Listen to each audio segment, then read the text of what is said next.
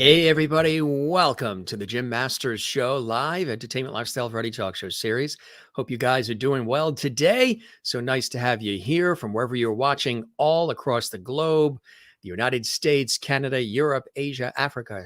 We also have Australia in the house. New Zealand is in the house. Well, they're in their house and we're here, but you know what I mean. In this house, we call it Lovety Hall. This is our global Lovety show, as we have deemed it. When I said the show is a lot of light, love, and levity, I know you have heard that story probably a million times, but we're always getting new people who are tuning in for the first time. So when they hear the word levity, some of them ask, what are we talking about? What's this levity thing he keeps mentioning? I said the show is a lot of light, love, and levity 2 years ago, 750 episodes or so ago. And out came the word levity. So our viewers call themselves the Levity Squad, Levity Family. I'm Mr. Levity. This is Levity Hall. We have a levity time here on the show. And we do with our guests, too, that come in from all backgrounds, celebrity friends, folks I've interviewed on television and radio over the years, folks I've interviewed on network TV and local and regional and radio and everything. And from all backgrounds. And it's really cool. Good to have you here. We're going to have a good show because we have a special guest, but maybe we have two. It's a little bit of a Jim Master Show teaser, if you ever heard one, right? Yes, we have acclaimed actress, writer, and solo performer Heather Massie joining us live and direct from New York City. She hails originally from Virginia. But we also may be hearing from the incomparable Hollywood legend Hedy LaMarr. That's right. I think we are going to in just a second. First, a couple of things. If you would like to comment while the show is on live, we do the show live, and this is live right now. So for those who are watching live, because I realize sometimes you watch this when it's not live and you hear us mention live all the time. So welcome to everybody who's watching this, 2 days from now, 6 months from now. Good to have you here. And welcome to those who are watching right now as the show is happening live. If you would like to comment while the show is live, you can. But I want to remind you, too, that you can comment on our YouTube channel even when the show isn't live. When the archived episodes are already there for your viewing pleasure, please leave a comment. Give us a thumbs up. That helps us reach even more people around the world when you leave a comment and you give us a thumbs up. Now, if you would like to comment and chat in our exclusive JMS Levity chat room, as we call it, you can actually do that right now if you'd like. When you subscribe to our YouTube channel, which is Jim Masters TV, that's the channel. The show is the Jim Masters Show. So if you subscribe to the channel you're watching right now, Jim Masters TV, one of the exclusives is not only do you get an opportunity to be a part of our JMS Levity family, but also you can chat right now in the JMS Levity chat room amongst each other. Sometimes we'll sprinkle in a comment or two on the screen as time permits. If you want to go a step further and help support all this content and these hundreds and hundreds of episodes, you can do a super chat, super emoji, super sticker while the show is on live. You can do that as well. That's something, you can do in the chat. There's little icons for all that. And super thanks you can do, at any time when the show is live or when it's not live, a little heart icon that is there on the YouTube channel on all the episodes. So cool stuff. We welcome you.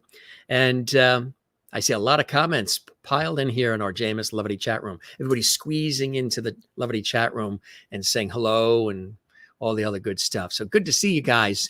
Thanks for joining us, making us a part of your day today from wherever you're watching.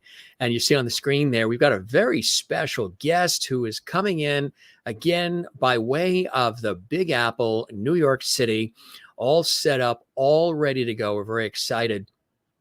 Our special guest coming up in just a moment from New York is Heather Massie. Now, she might also be bringing a friend, the incomparable Hedy LaMarr. We will find out in just a second. But first, let me tell you first about the incomparable actress, writer, and solo performer, Heather Massie. New York City actor, writer, solo performer, originally from Virginia.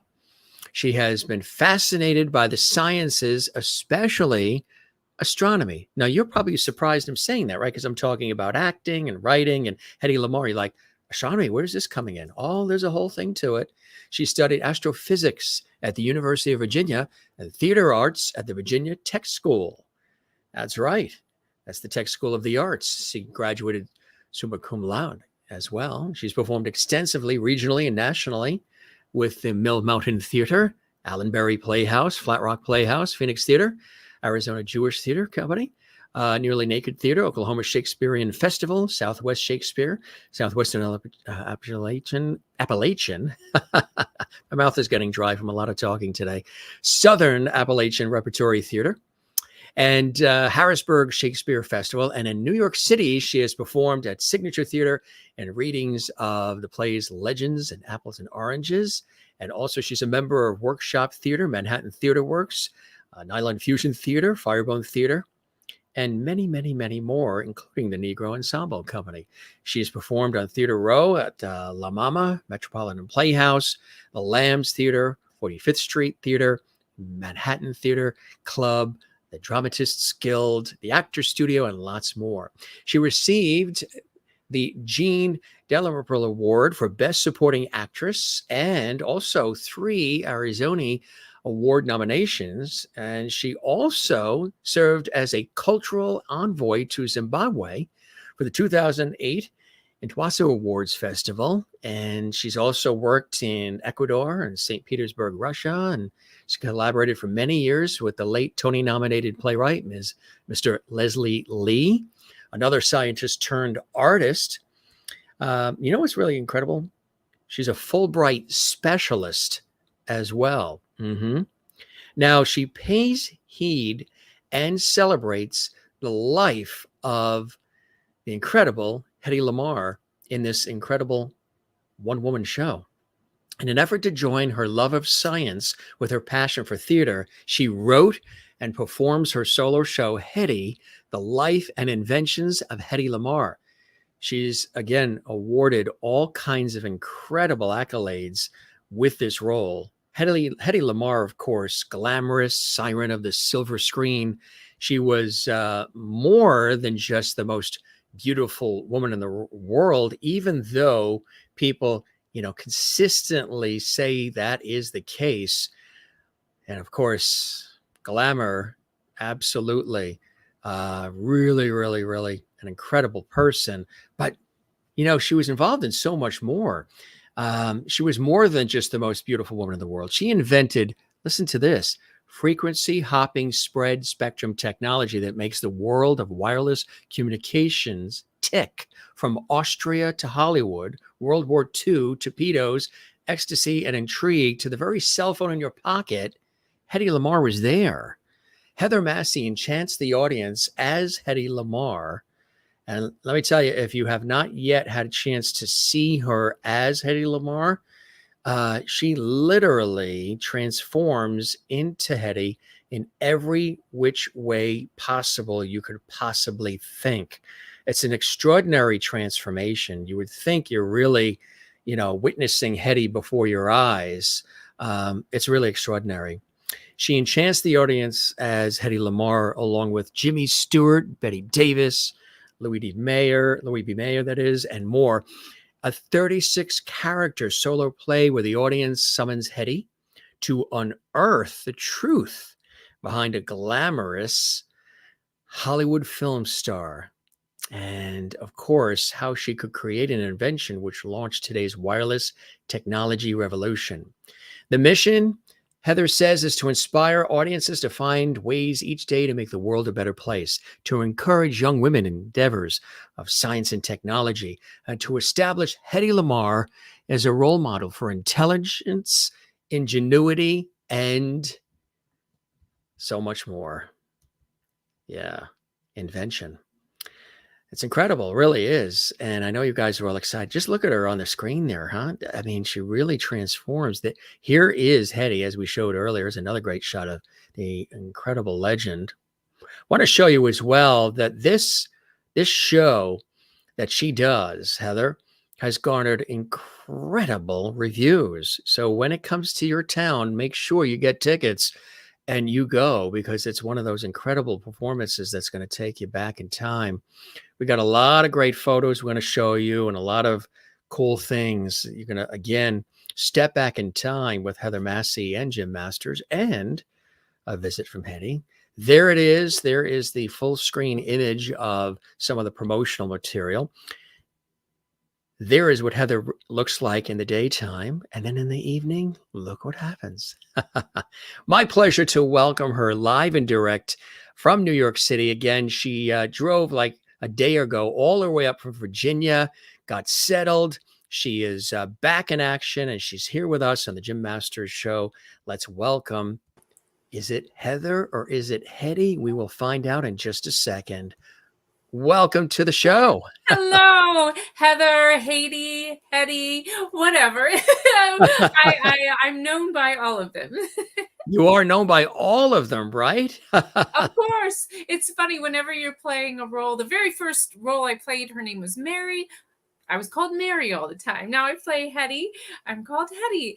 And of course, because my name is Heather and Hedy and H-E, and it happens all the time. So I don't worry when people call me Hedy. And she said her name Hedy, so sometimes I get that, and sometimes people call her Heidi. So I take everything. Sounds like a very heady experience. It is. So how are you? And welcome to the Jim Masters Show. Thank you so much. Yes, I've been on the road quite a bit. Yes. Actually, I drove yesterday from Southwest Virginia to New York City to settle some things with my lease, and I drove back to Virginia today. So I was settled here in a nice, calm place where I don't have to worry that my neighbors will run through and make a ruckus in the lobby. So you're back in Virginia now? I am. Yep. Oh my God. Wow. That's incredible. I am. Yeah. So I'm based in New York City. I grew up in Virginia. During the pandemic, I was COVIDing quite a bit in Virginia. And that's where I am now, because I'm headed down to North Carolina in a couple of days. I have a lot coming up we can talk about. So how did you have this incredible science background. You love astronomy. I do as well. And you have this, real passion for theater, for the arts, and for Hedy LaMarr. Mhm. How did this all start for you? How did this passion for Hedy LaMarr sort of creep into your life, Heather? Oh, yes. It's the story of my life. So it's made all the pieces of me come together in one project. So yes, when I was 8 years old in third grade, just a mile down the road from where I am right now, ironically, I decided I wanted to be an astronaut or an inventor or to work with animals. Wow. So Great the choices. inspiration, yeah. So the inspiration for astronaut was the space shuttle program, and the fact that women were in the space program, since they were calling for civilians. It did before everyone who was an astronaut had to be military, and they were all men. So the fact that women were flying made me go, hey, I can do that. I can do that too. And inventor was because we studied Thomas Edison that year. Yeah. And just fascinated by the process of, of learning of how he worked to find a way to create the light bulb, and just that sort of experimental kind of mindset was really intriguing to me. But of course, then and still now, a lot of times when young people or anyone learns about or thinks about an inventor, they think, white man. Scientist, inventor, you think Thomas Edison, white man, and scientist epitome is Albert Einstein, white man. So I'm trying to go beyond that. We'll talk about that more. Did you have any scientists and those in the family that inspired you? Oh, in the family. Well,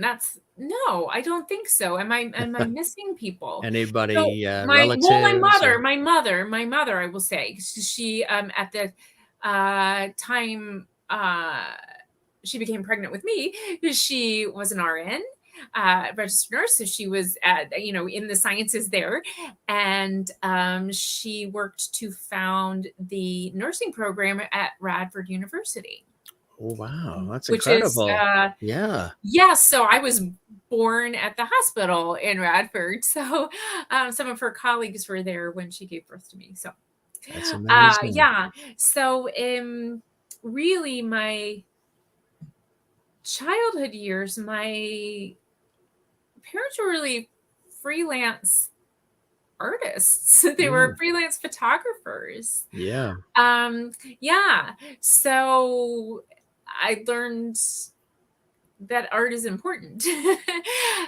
And that the arts are important, and that's why I wasn't afraid to dedicate my life to the arts. But I didn't do that until I was dedicating my life to the sciences. So the third thing I said was work with animals.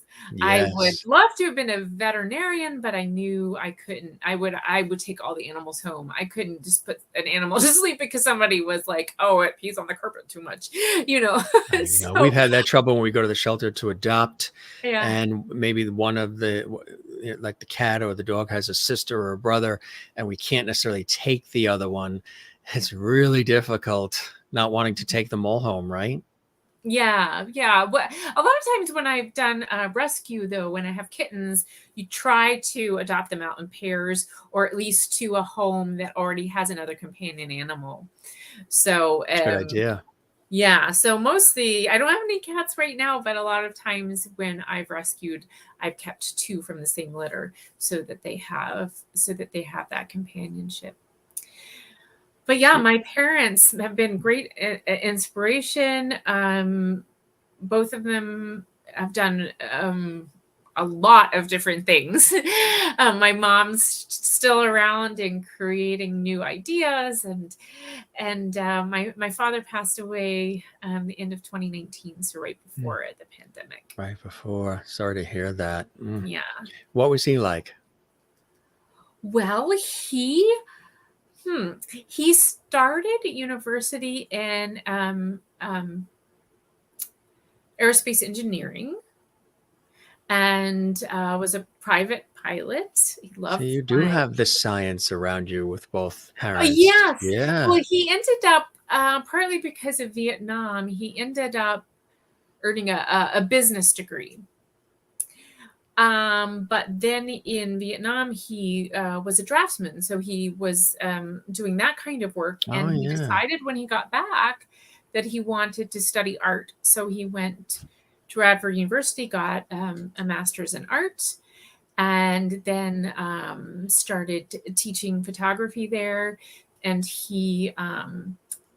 and my mom had the freelance photography business, and he became one of the staff photographers for Virginia Tech. And then he was the media supervisor of the veterinary school at the See, you have all this inspiration all around you. Virginia College, a veterinary regional college of veterinary medicine, I think it was, but it's at Virginia Tech. And yeah, so that was his work, but his passion was flying. So Yeah. that definitely affected my astronaut dreams. Yes. See? Yeah. Uh-huh. It all comes Yes, together, doesn't it? All the it does. pieces of the puzzle, they fit. Yes, and my mother is just one of the most amazing human beings in the world, and I call her human sunshine. I think my mother and Filled with we levity, right? I love it. I love it. My mom.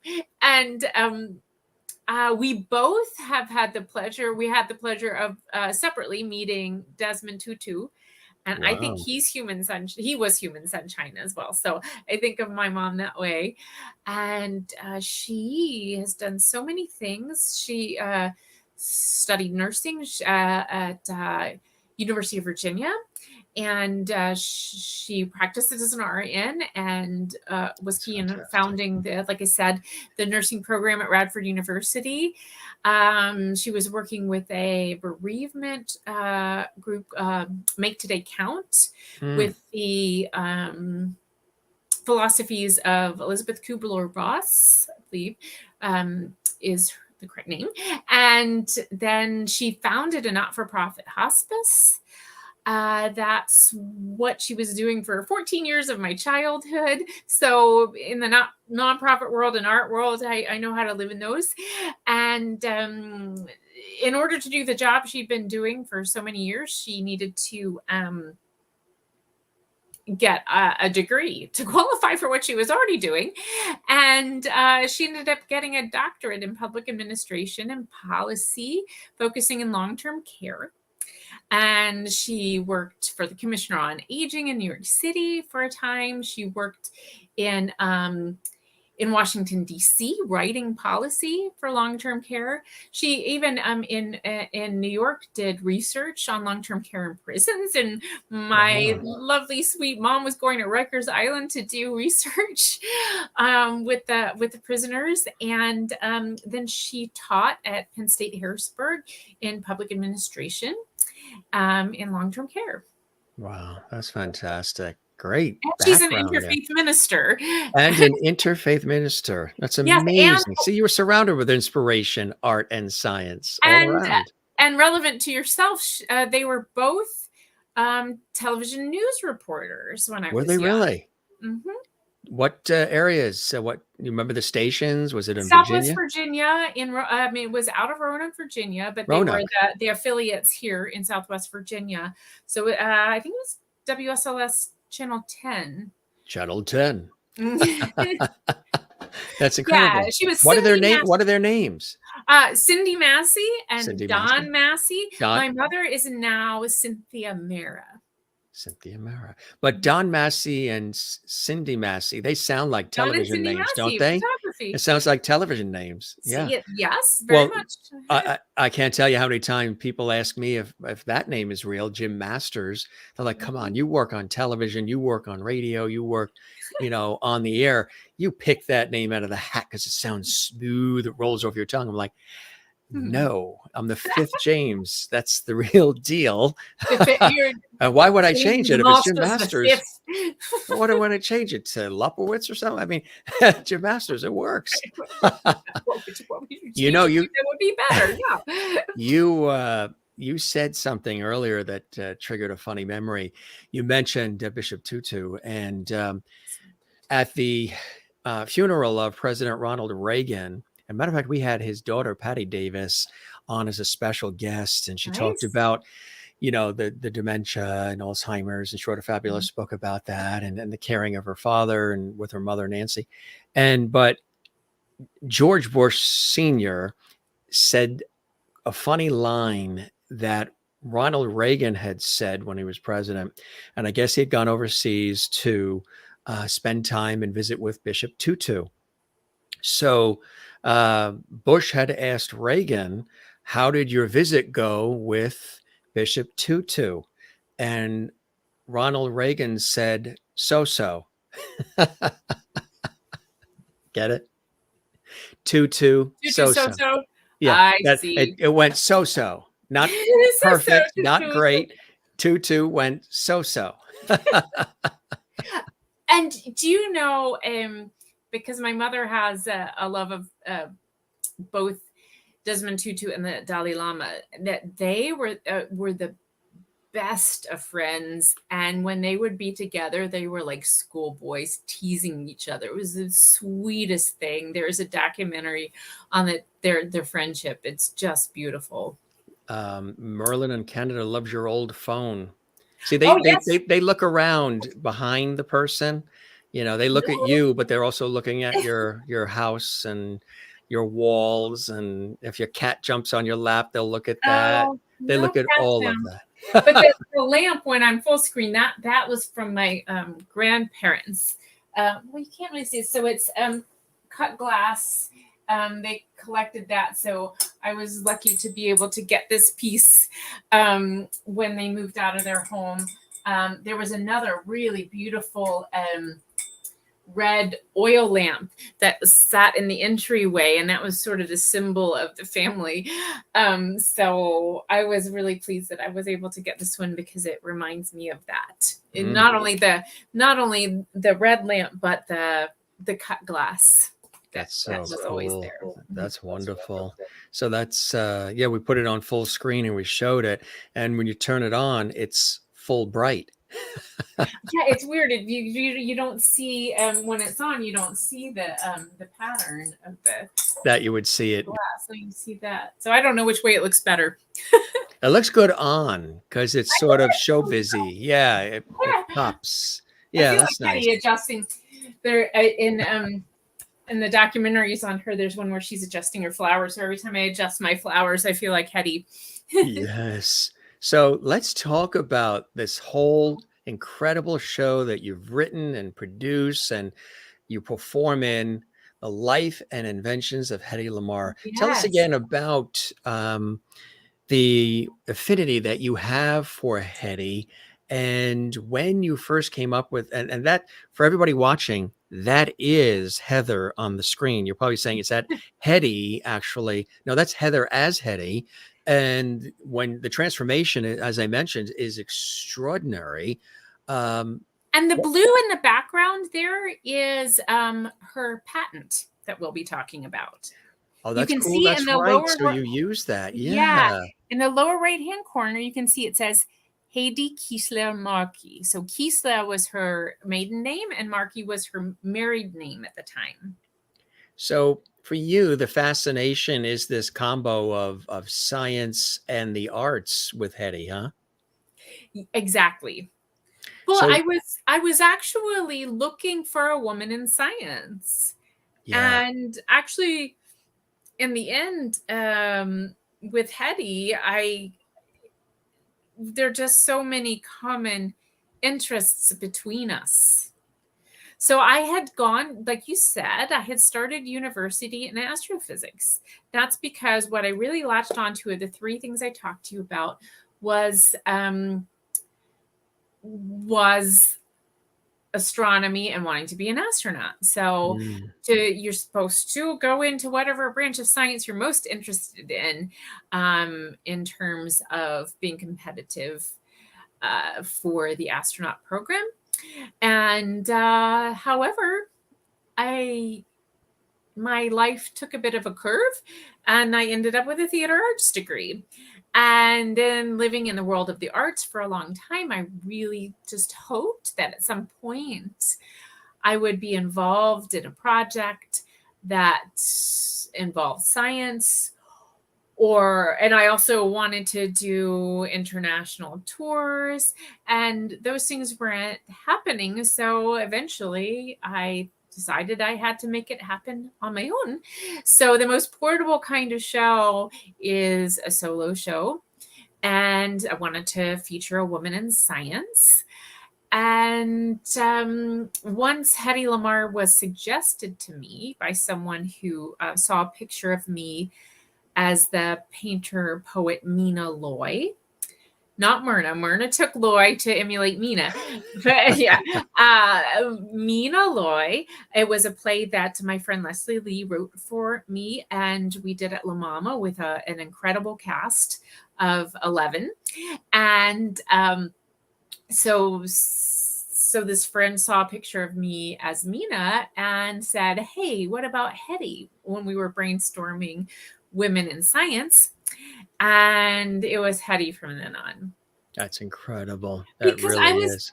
developing the show through festivals. So I was looking to some woman in science that would also be interesting for a festival audience, which has been a great blessing because her story is just fascinating to so many different people.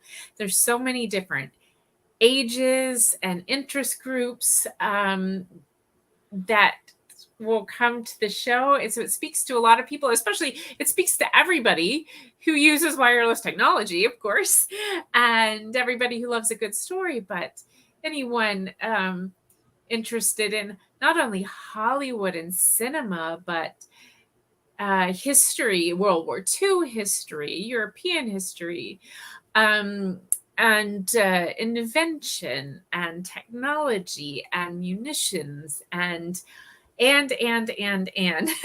women in science and invention and breaking the glass ceiling and all kinds of things. Yeah. That's incredible. It really is. So, what are some additional things you learned about Hedy LaMarr as you sort of developed this incredible performance and wanted to really bring her to life on stage? What are maybe some nuggets about Hedy that we didn't know and would be surprised by that you learned as you really dug in deep about her incredible Oh life? my gosh, all kinds of things. Some are about the invention that her co-inventor was an avant-garde composer who worked to synchronize player pianos, but was also an amateur expert in endocrinology who was writing articles for Esquire, but was also, he wrote a detective novel and had also been a government inspector of U.S. munitions. So just, Wow. oh my gosh, crazy. You like, you could never, you could make this stuff up, but that couldn't happen. Um, so that's sort of in the end, when they create this technology we'll speak about and give it to the U.S. Navy, and the Navy just sort of lets it sit there. They didn't. It was way ahead of its time, revolutionary. Hattie would have been the richest woman in the world if she had been compensated correctly, and they just let it sit there, sort of like, a film star and a composer. What the heck is going on? Um, so their pride got in the way there. But other things with Hetty, just, oh gosh, she had some darker days in her latter life, but she still had a really lovely outlook on, you might not get thanked for something, but do good anyway. Yeah. You might get slapped in the face, but still give your best. Right. Those kinds of things. What you spend years building might get destroyed. Do it anyway. You do good. People think you're doing it for selfish reasons, but do good anyway. People behave like crazy people? And I'm paraphrasing. These are Yeah. the paradoxical commandments, which She really believed. Mother Yeah. Teresa is known for, but she had adapted them from the original writer. Mm. And now Hetty found them, and she was speaking on the phone with her son Anthony, and she read them to him because she felt that they were very important. This is after she'd been dismissed by Hollywood, after she was reclusive because people weren't used to how she looked, and she had lawsuits and court cases and all kinds of things. But she still said, even after that, do your best, give the world your best. Very inspiring, huh? So Yeah. very inspiring individual as much as, a glamorous film legend, Hedy LaMarr. And you really, when you studied her to be able to get this production to the point of the pristine nature that it is, where you can feel really like that is Hedy up on stage. What was that process like, being able to sort of, even the mannerisms, the voice, the delivery, the movements, the look, all of it? What's that been like for you, mastering that? Well, it was about watching as many of her films as I could track down, and especially finding any footage of her where she was herself and not playing a character. Right. Those things were golden to me. There are a few of those that I was able to track down, and were very, very valuable to me. And it's not only Hetty, but I really worked hard to take care of the audience and also take care of myself by instead of it just being someone talking about their life in past tense and this and this and this, I wanted to bring it to life in real time for the audience. So that's why 36 characters. But even in that, the most important relationship in the show is Hedy's relationship with the audience. So it's also not only creating Hedy, but creating all the other characters and their relationships to Hedy and Hedy's relationships to them.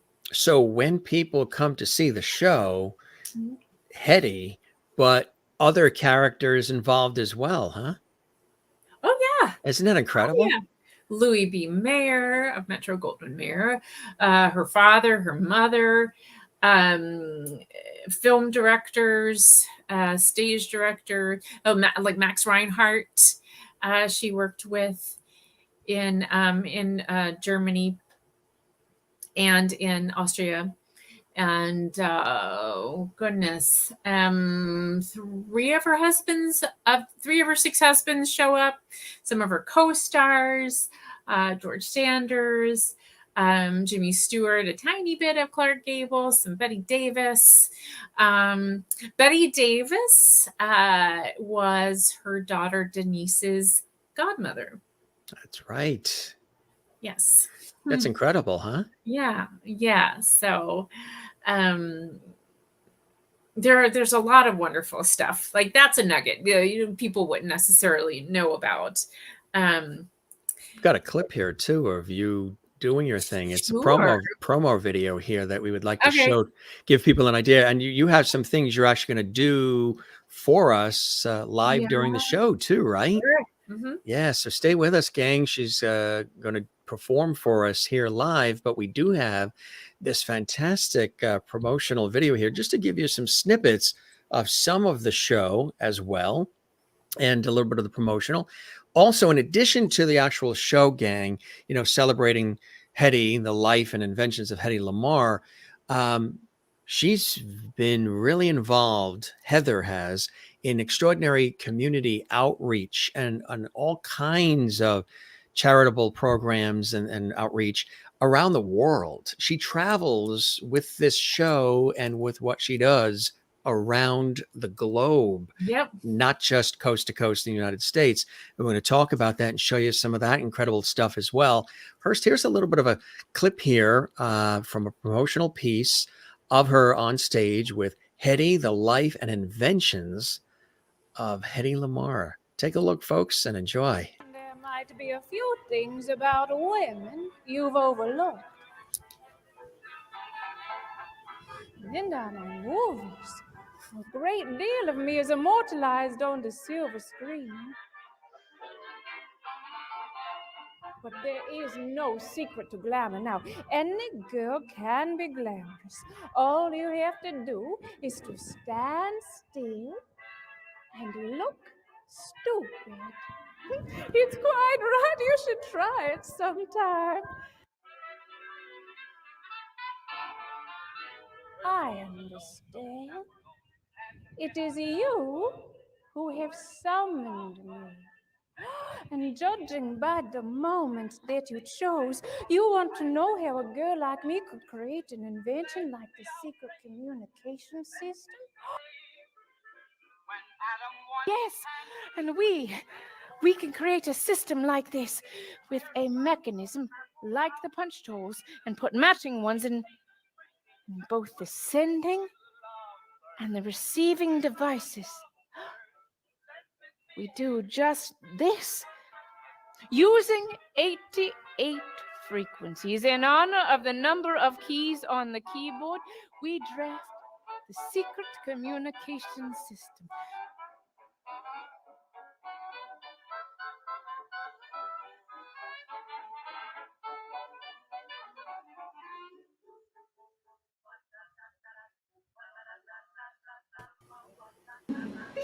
I am in that very item that no one today is ever without.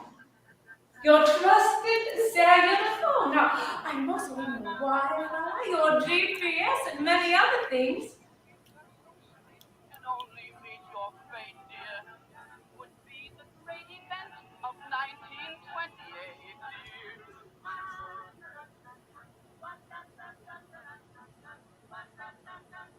When she speaks, one does not listen. One simply watches her mouth moving and marvels at the exquisite shapes made by her lips. Hedy LaMarr is the most beautiful girl in the world. This is the interesting part. The engineer controls the valve. Then he opens and the steam travels through a pipe to the front of the engine and down to cylinders. Behave in your lessons today, and I will take you to the theater tonight to see Hansel and Gretel. Oh, yes, as I recall, you were shooting 3 pictures all at once. I saw your work in ecstasy, Miss Kiesler. You were quite good. Well, surely didn't set out to be vulgar, but such accidents just don't happen at MGM. I have been waiting for you. Would you consider making a picture with me? What do you think of the band, Miss Kiesler? Do you intend on making any nude films in America? The great event of 1928, dear.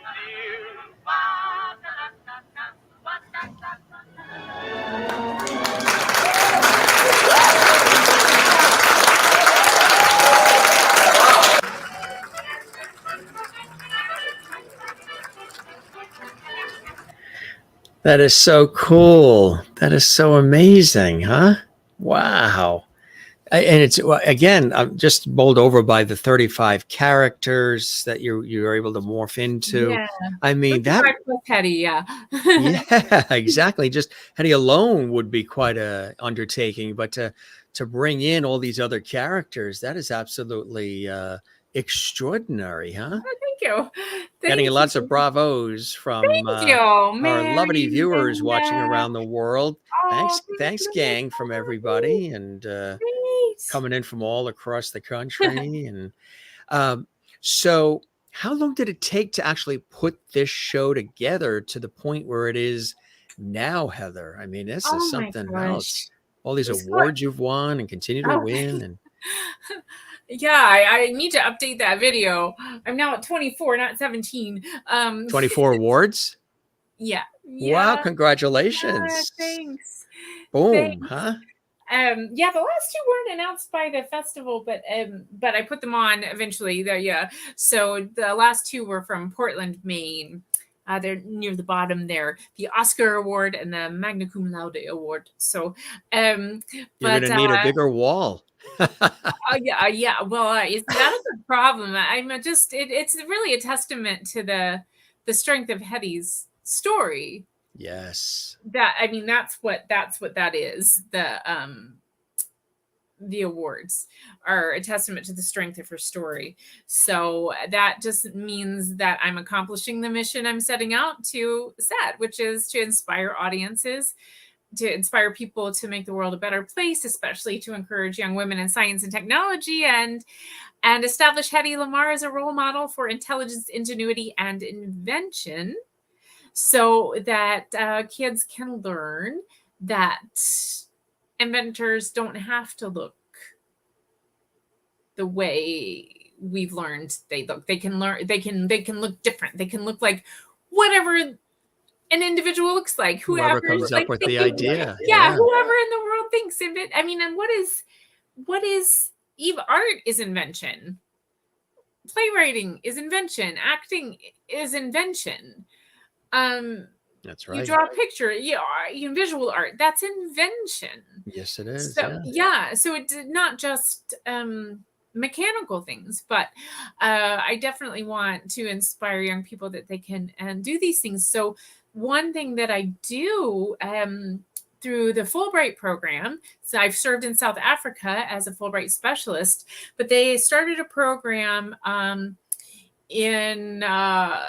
for 2021 called Fulbright in the Classroom, where Fulbrighters go into classrooms and talk about their host countries. So I go in and I talk about South Africa and the people and the climate and the animals and and the ecosystems there, and also speak of Hedy LaMarr and invention and all of that, and talk to them about their passions. So I especially like to go into third grade classes in That's schools. cool. I do I've done all kinds of things. I did a science camp, third grade classes, middle school classes, high school, college, all kinds of things. So I talk about also the Fulbright program to let young people know that it's something they can think about. For students in the United States can go study in other countries, and from other countries can come here. Oh, that's in South Africa, in Mbangani, with the Dlangezwa Girls High School. With the UniZulu Science Center, which is affiliated with the University of Zululand. So I had a lot of fun with these ladies. That is really cool, huh? Yes. So I've done, this was all girls. And when I was in Sweden, at a science center, I was at several science events in May, and I didn't even know until I was on stage that I had an audience of all boys. Wow. And they were so amazing. There was a group of a dozen of them who stayed for like an hour after the show, and all the discussions we had after. They stayed late and just talked to me. It was such an honor that they were that excited about it. Oh, there I am on the USS Intrepid, the Sea, Air, and Space Museum in New York City that has the Space Shuttle Enterprise. So this is with the Goals for Girls program, where they especially bring in disadvantaged young women in the New York area and inspire them in STEM. That's and incredible. Science, technology, engineering, mathematics. That's in South Africa with the I Am Science Girls. That's again with UniZulu. There's so many things I've done. I need to put more photos on there, but I do the outreach in. If you do any of that, that's in Zimbabwe at the Harare International Festival of the Arts. That was quite an honor. They're in Mtinzini in South Africa in the KwaZulu-Natal province. That's with the UniZulu. This is the University of Zululand in their creative drama department. St. Catherine's. Yeah, I think that's St. Catherine's again. Yeah. So anyway, Really nice. Yeah. well, yeah, I've gone so many different places. I've done the outreach in Zimbabwe and South Africa, and we have a video on that too. Yeah. Do you want to do the outreach video? Yeah, we would love it. Community and educational outreach. It's a good one. Yeah, you get sort of a broad view of it. I created that for a grant application, and yes, me talking about how much I love working in the communities and learning about places, and I like offering value to them, and also feeling like I'm part of the community for a time, rather than just dropping in, doing a show, and leaving. I could do that anywhere. I like to learn about where I am and learn about the people. We'll take a look at the outreach. Again, we're talking about Heather Massie, who puts on this incredible show, Hedy, The Life and Inventions of the Incomparable Hedy LaMarr. And there's 35 other characters that are in this show. And she transforms from Heather Massie into the incomparable Hedy. And they're both incomparable. And they're both beautiful. I mean, I could see the transition. I try. I try. So far when you're trying to look like the most beautiful woman in the world. So, I have to suspend my own disbelief. When we come back, we're going to have, who knows, show up, and Heather's going to present some cool things for us, gang. We hope you're enjoying this. Keep the comments coming. Thanks for the comments that are coming in live. And again, don't forget you can comment on our YouTube channel. Don't forget to subscribe to the channel, Jim Masters TV. Give this episode a thumbs up and make sure you click the notification bell as well when you subscribe to our YouTube channel, which costs nothing, so you get alerts about all our episodes. You never miss a thing. Here's some of the incredible community and outreach that Heather does through the program. Here you go. Hello, I am Heather Massie, the writer, producer, and performer of Hedy, the life and inventions of Hedy LaMarr. I love becoming a part of the community in each area in which I perform by offering community engagement and educational outreach in conjunction with the performances, including question and answer sessions after each performance, panel discussions with women in STEM fields, class visits, lecture and engagement sessions, and master classes and workshops in improvisation and ensemble building. I love that the show translates to many cultures and across the generations so that I can bring it all over the world. Here I am with 4 generations of women of the same family in Illinois, and here I am with young women at an all-girls school in Appalachian, South Africa. The most important relationship in the show is Hedy's relationship with the audience. She enjoys telling her story and making each moment special with every audience all around the United States, in Ireland, Northern Ireland, also in Sweden and Italy, Ukraine, South Africa, and in Zimbabwe. Here I am in Kiev, Ukraine with the ProAct Fest, and I think Voice of America, a television program, expertly captured Hedy's relationship with the audience to share. Нацистів. Сьогодні ж технологія лягла в основу бездротового зв'язку. На ній працюють мобільні телефони, Wi-Fi, Bluetooth, GPS. Моновистава про жінку, яка мала красу і мізки, уже об'їздила півсвіту. І ось тепер авторка і продюсерка шоу. And after the show, we get to have time and a question and answer. And here's a question that I get quite often. How did you come up with the idea of this show? Yes, so that sort of involves my life story. So when I was 8 years old, I decided I wanted to be an astronaut or an inventor or to work with animals. And I really focused on astronaut. This time after the show and question and answer is such a rich time, and I have had such wonderful interactions, especially with secondary school students in South Africa. They have such wonderful ideas about how they can make their world better and how they can contribute to the country that they love. Here I am at the University of Zululand in KwaZulu-Natal in South Africa, and here with my favorite audience member in Bulawayo, Zimbabwe. I have a wonderful time also offering lecture and engagement sessions next with the Johns Hopkins University Applied Physics Laboratory. And somehow this bright-eyed little girl is destined to become the inventor of the secret communication system, frequency hopping, and spread spectrum technology. With Mind Matters, a PBS program for senior citizens in Pennsylvania, all the way to one of the best days of my life with the Lamula Primary School students. I will let the videos speak for themselves. So it's changing frequency, like it's hitting different notes. So it's this idea like a music box. And say all together, I am smart and I am powerful. I am smart and powerful. Say your name. All right, and you said, what do you want to be when you grow up? A doctor. I find that very impressive. Do you have a specific kind of doctor that you would like to be?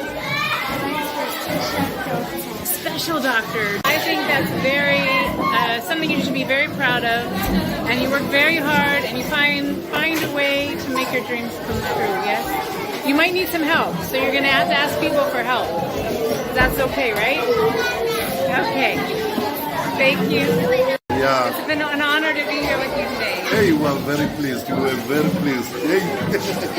Thank we you so got much. a lot of information, so we were very humbled to see a person who is popular like you, who is moving all over the world. Yes. Yeah, inspiring the children. Thank you. So, it's a gift to be here. Yeah, and they gave me the gift of your national anthem. Yeah. Of songs that they'll be doing in competition. Yeah, and the song that you are doing. And now the last group, they want to show you how to traditionally, the girls. Yes. Yeah, they want to show you. Are they going to dance? Yeah, even in America, we like the United States of America. I want. Oh, they're dancing. Yes, please let us. Oh, wonderful. Let me get this.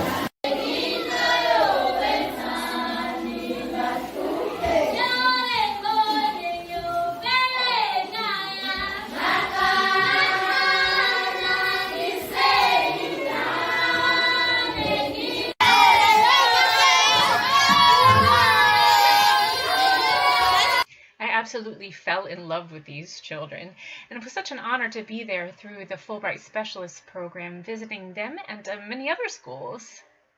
Yes, the name of your school. And now I want you to say something else. I am smart and I am powerful. I am smart.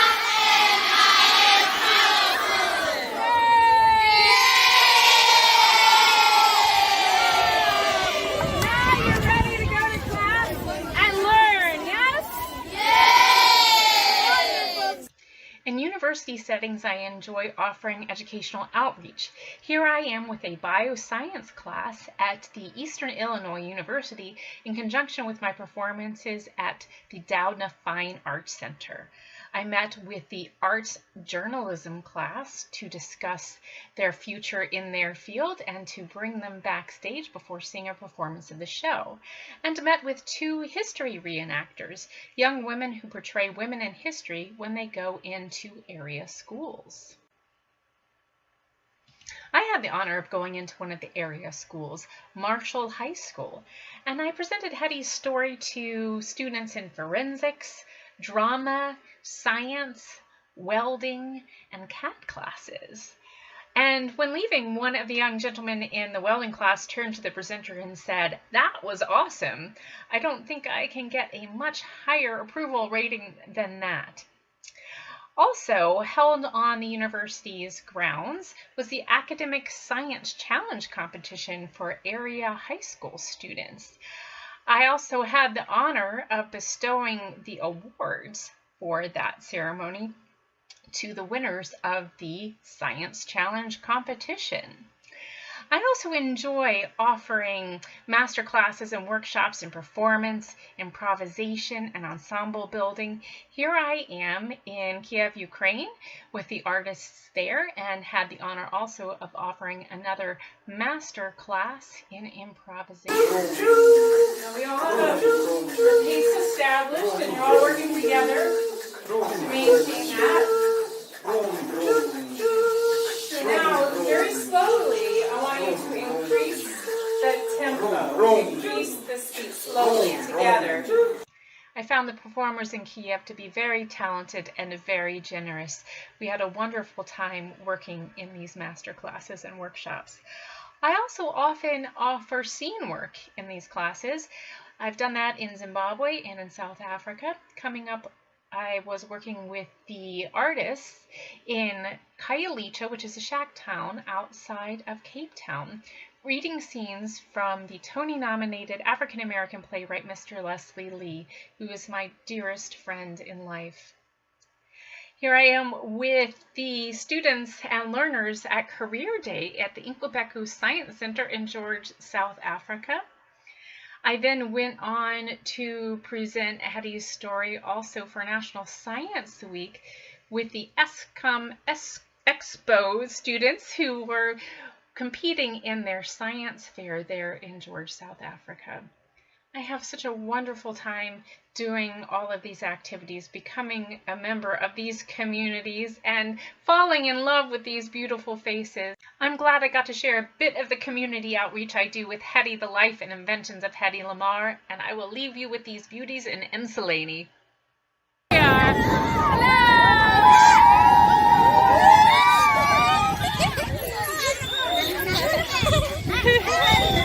Thank you for your sign.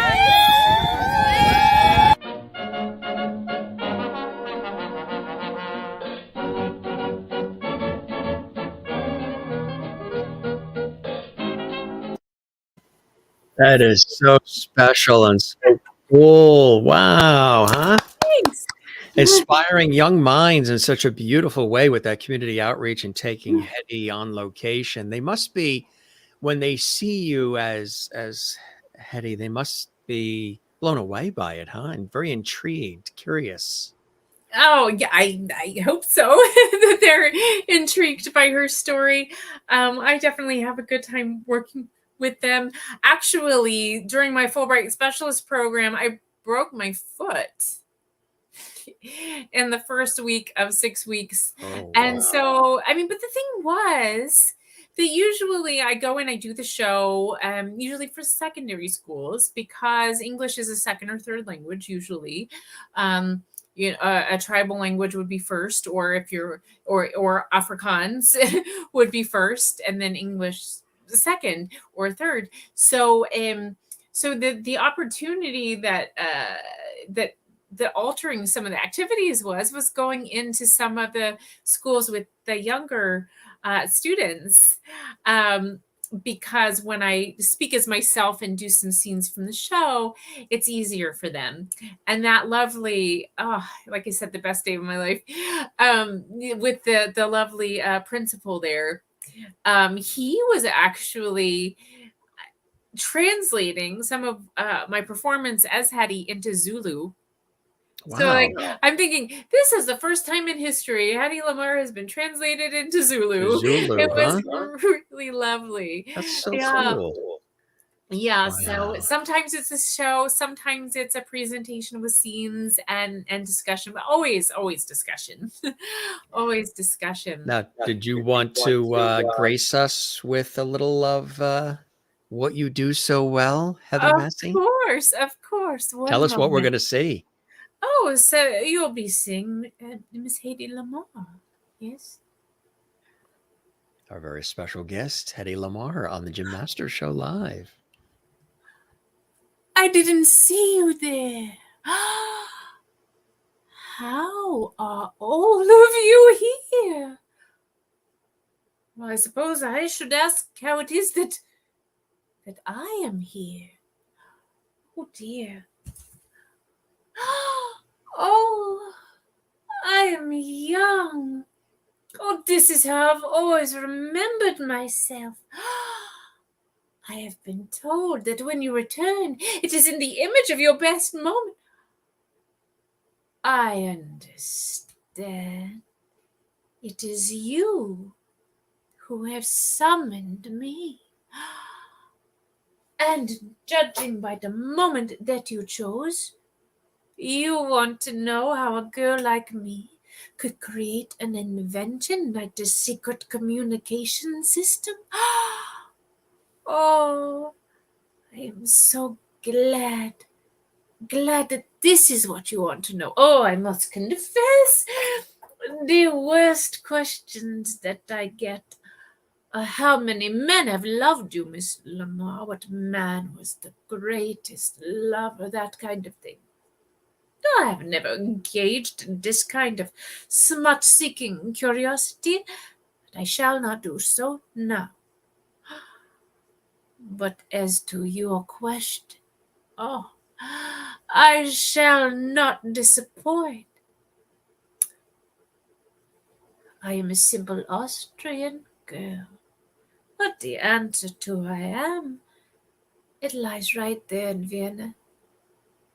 I left under tragic circumstances, but a great deal of me remains there.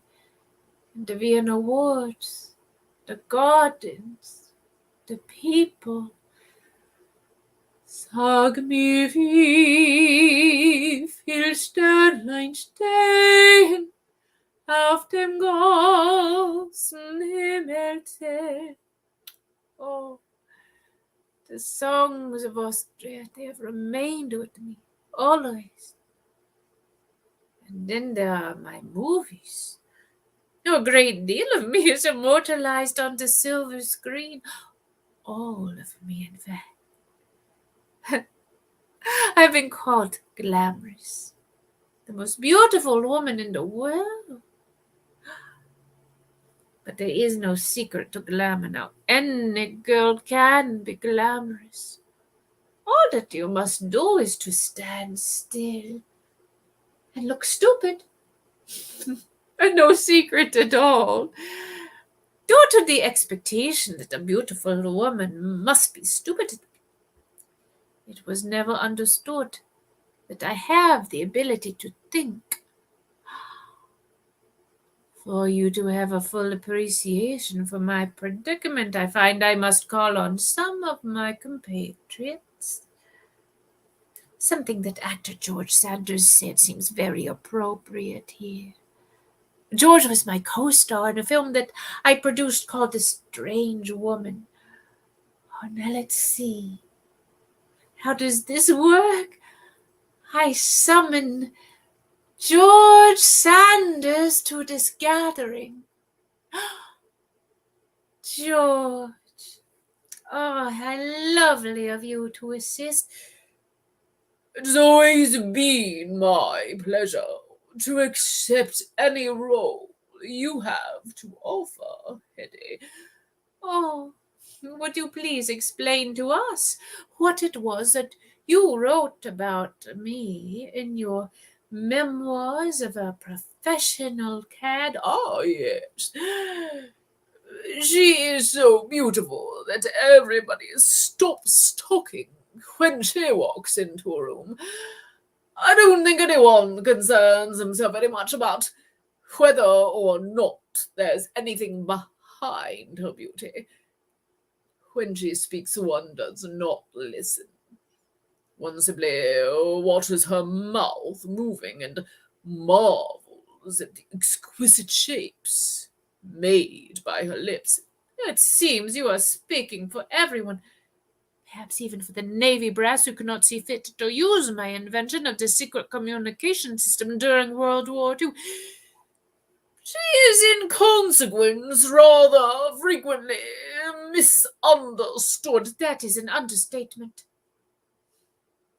Thank you for explaining that, George. My pleasure, Hedy. Now, how does one go through life like this with no one listening? But I have all of you here tonight to listen to my story. There is a bit of Hedy LaMarr. That is so fantastic. Wow.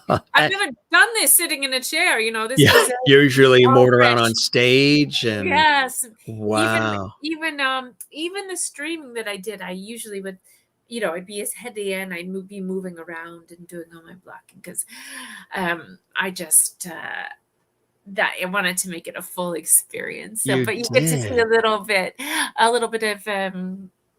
of her characters and What so happens to Mhm. you when you become her?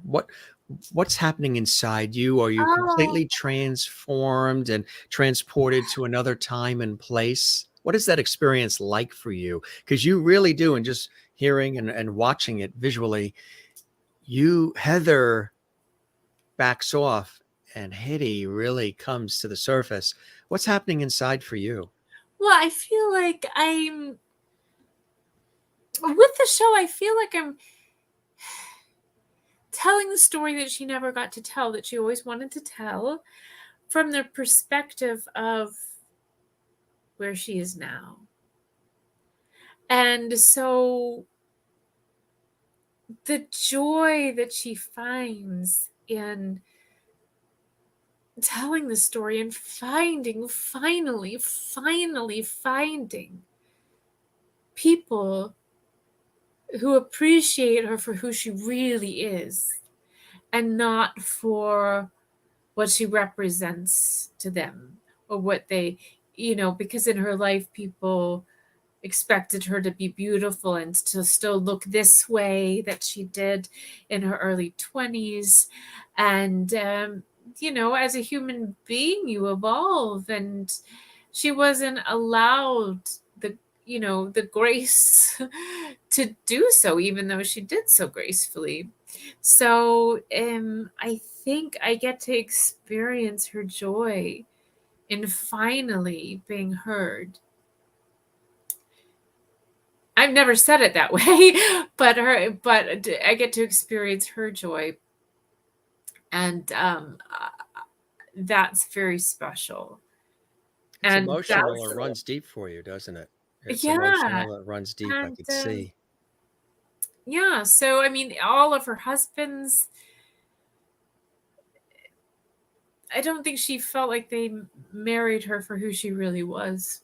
It's sort of like the Elizabeth Taylor syndrome. People marry her as a prize. Yeah. For what they expect her to be, but her mind was so sharp. And that's where we need to go soon, is we talk about what she did. If people don't know, that's the amazing part, and that she defied expectation. She didn't define herself by what people thought a woman could do. She left school at around 16, 15, 16, 17. And so she didn't have a formal education in the sciences except what she had. She loved chemistry. So when she studied at the Dobling Academy in Vienna, and really her father fostered her inquisitive nature. She loved taking things apart and putting them back together. Her son, Anthony, who she called Tony, he still has a music box that she took apart and put back together when she was 5, which was really amazing, because that concept of how a music box works is very similar to how a player piano fundamentally works, which is how her invention works. So her first husband was Fritz Mondl in Austria, and he was a munitions dealer. So she understood how machinery worked. Her father would take her as a child around on walks and teach her how a streetcar works, how a printing press works. So when she was a trophy wife sitting there when world leaders would come to buy weaponry and munitions, she understood the conversations maybe even better than some of the buyers there did. And so this is knowledge she brought with her when she came to the United States. And her best friend, Arlene Roxbury, is a dear friend of mine now. And she said that Hedy said it was conversations when Mussolini was there and when Hitler was there. Some people say she didn't meet him. Some people say she did. But when Arlene says, she said that Hedy said it was conversations she overheard with the likes of Hitler. Yeah, that was part of why she left. And she escaped. She made a fantastic escape from this possessive husband. And she made her way to Paris and then London, was connected with Louis B. Mayer, really strong-armed him into a respectably good contract rather than a crap contract. And she started making films in the U.S. Algiers was her first with Charles Boyer. Charles Boyer, yeah. Yes. And she worked with all the greats. You got Clark Gable, her favorite co-star, Jimmy Stewart. She was Spencer Tracy, William Powell. Did I already say Clark Gable? Anyway, a lot of really greats. Victor Mature. So Paul Henry and so many great ones. And her the father of two of her children, her husband John Loder. He was in her films as well. So, but during the war, she was very upset about, especially children who were killed. They were taken onto ships, shipped out of unsafe cities to go to safer places, and sometimes they were killed by torpedo strikes. And so that really bothered her to the point where she was like, she wanted to do something to support the Allied forces, because she was of Jewish heritage, even though this was something that she never spoke about. No. And a lot of names would be changed, especially when they'd come over to the States. The names would be changed. Yeah. Yes. So she had quite a name as an actress, a stage actress and a screen actress in Europe as Hedy LaMarr, especially with her film Ecstasy, where she gained a lot of fame and infamy. But it got her name out there. But when she met Louis B. Mayer and negotiated this contract, because she got herself on the same ship on the Normandy back across the Atlantic, it was most likely Mayer's wife who suggested LaMarr, because Kiesler sounded too German, even though she's Austrian. And so LaMarr was after Barbara LaMarr, the late silent film star. And that's where she got her name. And so she decided to make a communication system for torpedo guidance during the war, because torpedoes were notoriously inaccurate. The guidance systems were not good, and the radio signals that were used could be intercepted by the enemy, and they could send out other signals to the torpedo to misguide it. So her idea was to use radio frequencies, but to change the frequency very rapidly. And so that's called, she called it Frequenzsprungverfahren, which is now known as frequency hopping. Of course, that's what frequency hopping is in German. It's amazing she came up with this stuff. You know what I mean? Yeah, and now it's known as spread spectrum technology. And they gave the patent to the Navy. It's worth billions and billions and billions and billions of dollars every year. And they gave it to the Navy to support the war effort, and they shelved it. They marked it top secret. They shelved it. Hedy didn't get credit for 55 years, but it was declassified in 1985. And to me, that's sort of like that's why I say launch the wireless technology revolution, because all of these technologies started coming to the forefront. And look at what we're doing now. There's no pandemic in human history where you could talk to people. You would just be in your house reading a book and with a candle, if you were at the point where there was a book. But burning the butter. Turning butter. So we have Hedy to thank. I mean, we've been feeling so distanced in these years. However, her technology and cell phones, Wi-Fi, GPS, Bluetooth, all the things we rely on today. Satellites, mobile healthcare systems, barcode scanning,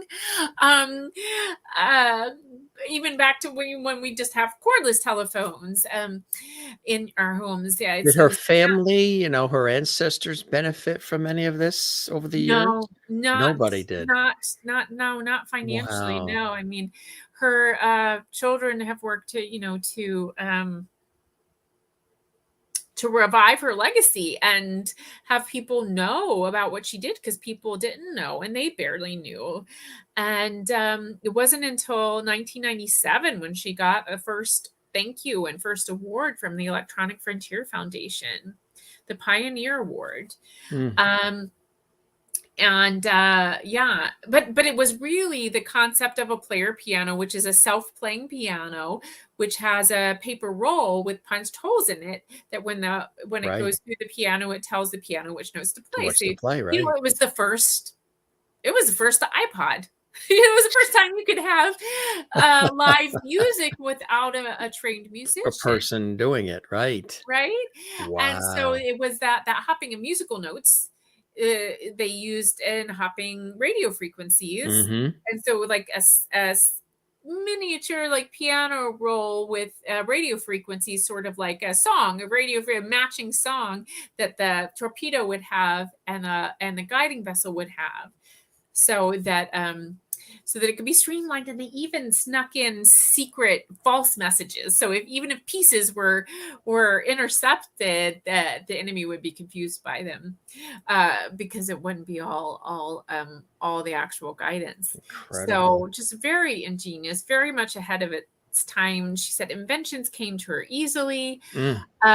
She dated Howard Hughes for a time, the great airplane designer. And Hedy is most likely responsible for swept wing design in aircraft, because he wanted to have the fastest planes in the world, but she noticed that they were very boxy and square. The wings shouldn't be square. So what's more logical? The most logical thing you can do? What exists that's the most aerodynamic? Right. She gets a book on fish. What's the fastest fish? She gets a book on birds. What's the fastest bird? And she combines those two shapes into, instead of wings like this, wings like this. And Howard said that she was a genius. So it's just, I feel like if she had gotten recognition and her patent had been used at the time, she would have created so many more things than she did. She ended up being more secretive about her ideas, understandably. Yeah. So you had an opportunity to meet several people through all of this as well, right? Oh yes, that's her daughter Denise. That's Hedy LaMarr's daughter. Yes. What was it like meeting her, and what was she like with you? That must have been extraordinary. Yes, she is. She's lovely. I mean, they had a difficult childhood. They were at boarding school a lot and missed their mother. And, so this was the day of the premiere at Tribeca Film Festival of the documentary Bombshell, the Hedy LaMarr Story, which is funded by the Sloan Foundation, created for PBS American Masters, and executive produced by Susan Sarandon, directed by Alexandra Dean, who came to see my premiere production when she was in editing. And yes, there we go, Susan. And I finally caught a moment with Susan. It was right when she was doing Feud as Betty Davis, and I told her about my work as Hedy LaMarr, and she said that I was courageous. And the following day, I did a private performance for the family, for her son Anthony, and his wife Lise, and his daughter Lodi. They came, and Hedy's biographer Richard Rhodes, and his wife Ginger, and Stephen Michael Shear, one of our they're my dear friends now. So he and his partner Michael came. So here we have Anthony on the right, and his assistant beside him, and then Lise Loader is in the middle, his wife, then myself as Hedy, and Hedy's granddaughter, Lodi Loader, is on the left. Wow. So it was in the stripes, that's Hedy's granddaughter? Wow. Mm-hmm. Yeah. So, I mean, she didn't get to spend much time with Hedy in person, but more over the phone. That's how Hedy communicated in her in her latter years, mostly by phone, because she actually invented a lot of plastic surgery procedures.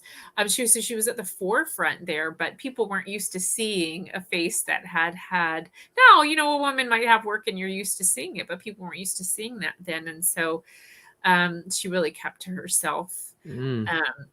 she kept to herself. So that's Stephen Michael Shear, my darling. Oh yeah, so his book is beautiful, and I think it's the Hedy LaMarr story. It's a beautiful, but anyway, beautiful. And then let me show you his new book. It's right here. I have this one nearby. I should have had all of them nearby, but I will plug this one because it's gorgeous. Look at that. He had that colorized. So proud of this this cover, Glamour and Style. So he talks about her life and her films, and he inscribed it for me here as well. So there are just a lot of beautiful images of Hedy and a lot of information. I need to delve into this myself. There she is with her dear Jimmy. And there was one photo I just passed. Where was it? That's one of the most iconic images. Oh, Hedy in Ziegfeld Girl. And that's a design by Adrian, and the costume designer. And he's the one who introduced her to George Antile, her co-inventor, because she needed, Mayer was always complaining that her breasts were small, and he was, like I said, an amateur expert in endocrinology. And so that's why they met, is so that he could help her with the size of her breasts. And then they end up making this revolutionary technology that fuels our lives today and our ability to communicate, which is just amazing. So yeah, Stephen Michael Shear, he's a dear one. And this is Alexandra Dean, the director of Bombshell. I definitely recommend it. I don't know, it's Netflix. I think it's on Netflix, but you can definitely find Bombshell, the Hedy LaMarr story. So yes, so she came to my premiere production. She brought her dad, and her dad said to her, "I thought you were the only one who knew all this." And she just said that I did a really lovely job portraying Hedy, and it was a great honor that she said so. And I just feel like we're sisters in the same mission. And she's now done several new projects. She was invited by a lot of she's being sought out from very prominent people, and she did a documentary on Paris Hilton. Wow. I Am Paris. And she really got her to open up about a lot of very deep and traumatic things in her life. And then she did also recent, and it's now on Amazon Prime, what is it called? The Secrets of Playboy. So it's a whole series, sort of expose on Playboy. That's amazing, huh? Experiences of the women who were there through that experience. Speaking of torpedoes, huh? Yeah. So this, oh my gosh, my videographers and photographers, Jim Marlowe and Charlie Marlowe, his son Charlie took these. This was at the New Jersey Naval Museum, and it was right as they were decommissioning this site. And so luckily a lot of the torpedoes, and there was a submarine there that I got to pose with as Hedy. So that was a lot of fun. It was a very windy day, but a gorgeous sky that day. Some of the other photos. So that's the USS Ling. It has since suffered some damage. Yeah. But that was a really fun day with them. They're on an anchor. So we had fun on all the things, did a little photo shoot and a bit of video as well. So your parents were reporters and you were an anchor. How apropos, huh? Yeah. So whenever I see things like that, I like to pose with them. So where's that located? That was in New Jersey Naval Museum. So that is at the Naval Museum. Huh? Wow. I can't remember. It's not there anymore. They started moving the things out some of the things were gone already, but these pieces were still there. Nobody was there. We just sort of walked up. It wasn't open. Yeah, it was, you know, thank goodness we got there while these pieces were still there. So so that was a lot of fun with them. That is so cool. Yeah, they also designed the projections, my pre-show projections, and I have a silent film they created that's the top of show, called The Movie Star and the Ogre, and it has clips from her film Algiers, and it combines the story of her character in Algiers with her actual life story into a silent film. So it just sort of sets the tone for the play, and it gets people into the era. And I really have enjoyed their work and having that with me through my 5.5 years of touring of the show. All over the world. I would imagine you have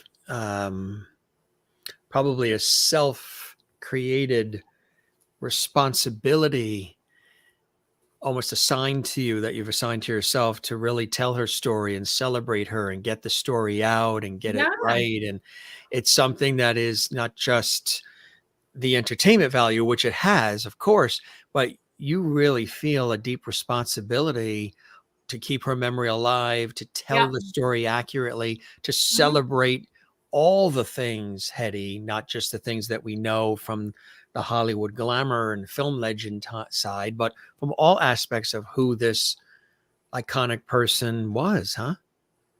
Yes, definitely with Hedy. She definitely speaks to my life. And that picture is in Ireland, Dublin, Ireland, at the Bordgush Energy Theatre, which I had seen visiting Ireland years before.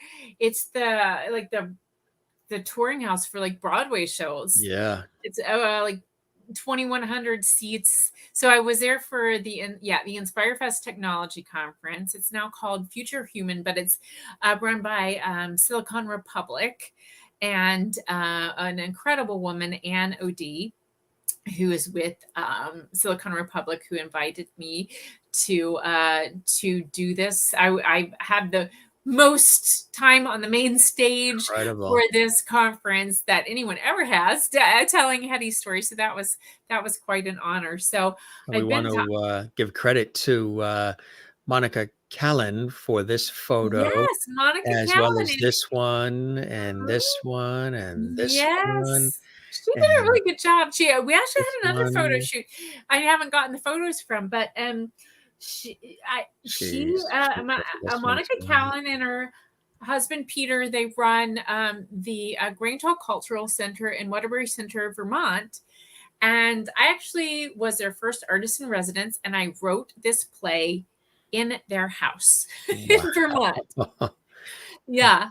That's a beautiful area too. We just came back from there, from a family wedding up in Vermont. Absolutely beautiful this time of year. We also want to make mention of Al Foote III for some of these great photos. This one and this one, these are all Al's. This is from the original production. And then, I got this new gown from Carol Kleinberg in Sarasota when I was performing down there with the Sarasota Festival. She saw my gown, a dress, and she said, "I have a dress in my closet," and that's where this lovely red frock has come from. These are Norm Schaefer, his wonderful photos as well, giving some credit to Norm that Schaefer. was in Stanton, Virginia, where my parents grew up. Wow, that's fantastic. And so we give them credit and we thank them. Yeah. So I've been all around, the U.S., but also, like I said, Ireland, Northern Ireland, Italy, Sweden, Finland, Ukraine. I was there in the end of February 2020, and just very honored to be with them. I got the Best Performance Award. Well, they had two divisions, so I got the Best Adult Performance.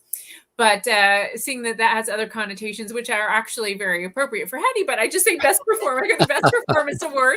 Well, because she had In Ecstasy, She had a nude scene, very famous and risque for the time in this art film.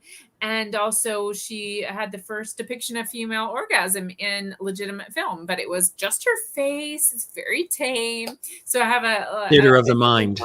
Yeah, so I have a scene about that in the show because apparently the director like poked her with a safety pin to get the reaction he wanted. Ooh. Yeah, so Kiev was very important to me, and the ProAct Theater, the Pro English Theater, and it was the ProAct Fest, which is actually going on now. Yeah, if you look up pro.fest,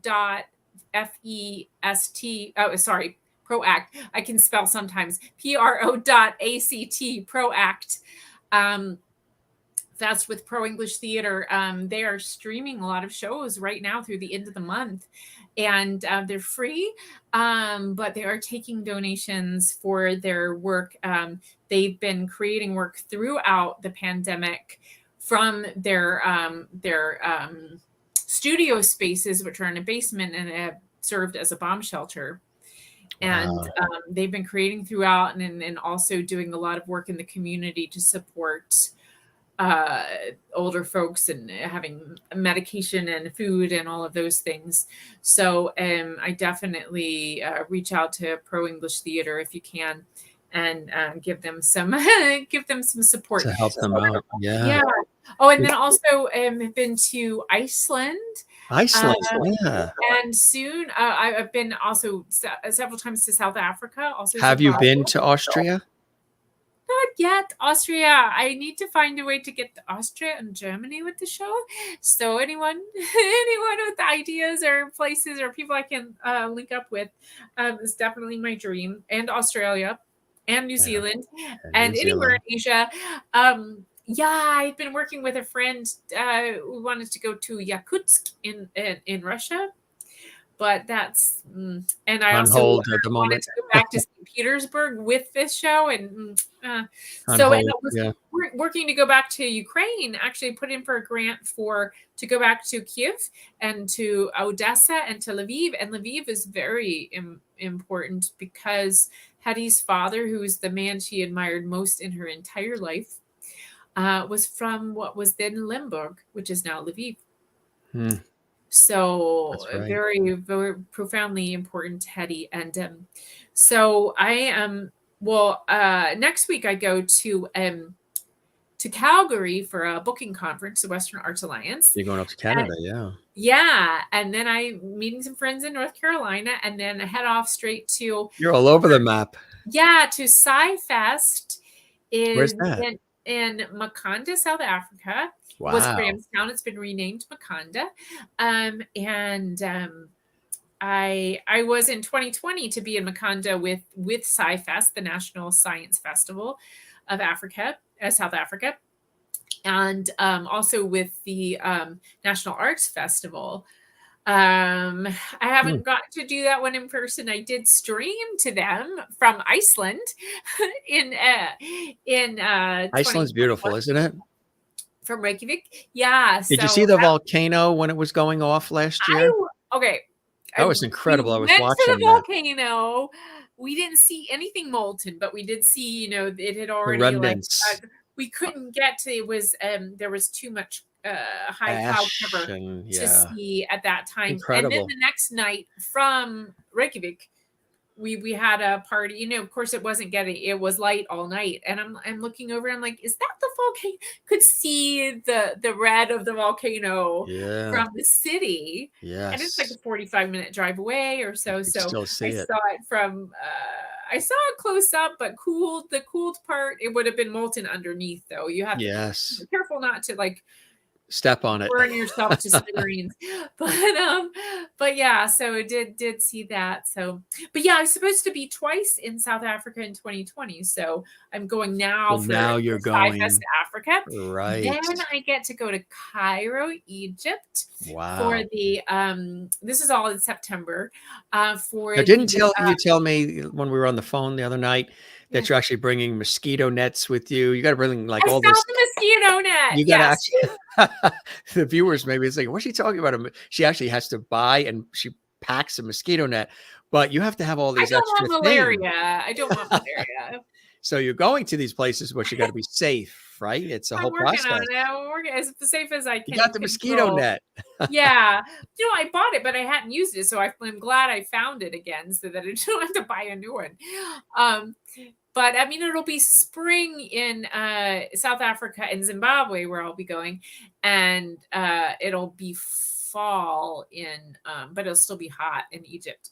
So yeah, so Cairo, I've never... Yeah, I get to see pyramids and perform with the Cairo International Monodrama Festival, which I was introduced to by my friend Alex Borowinski, who runs the Pro English Theater in Kiev. He in 2021 brought a solo show with one of his artists there, and he told me about it. So I was invited, and I'm going there.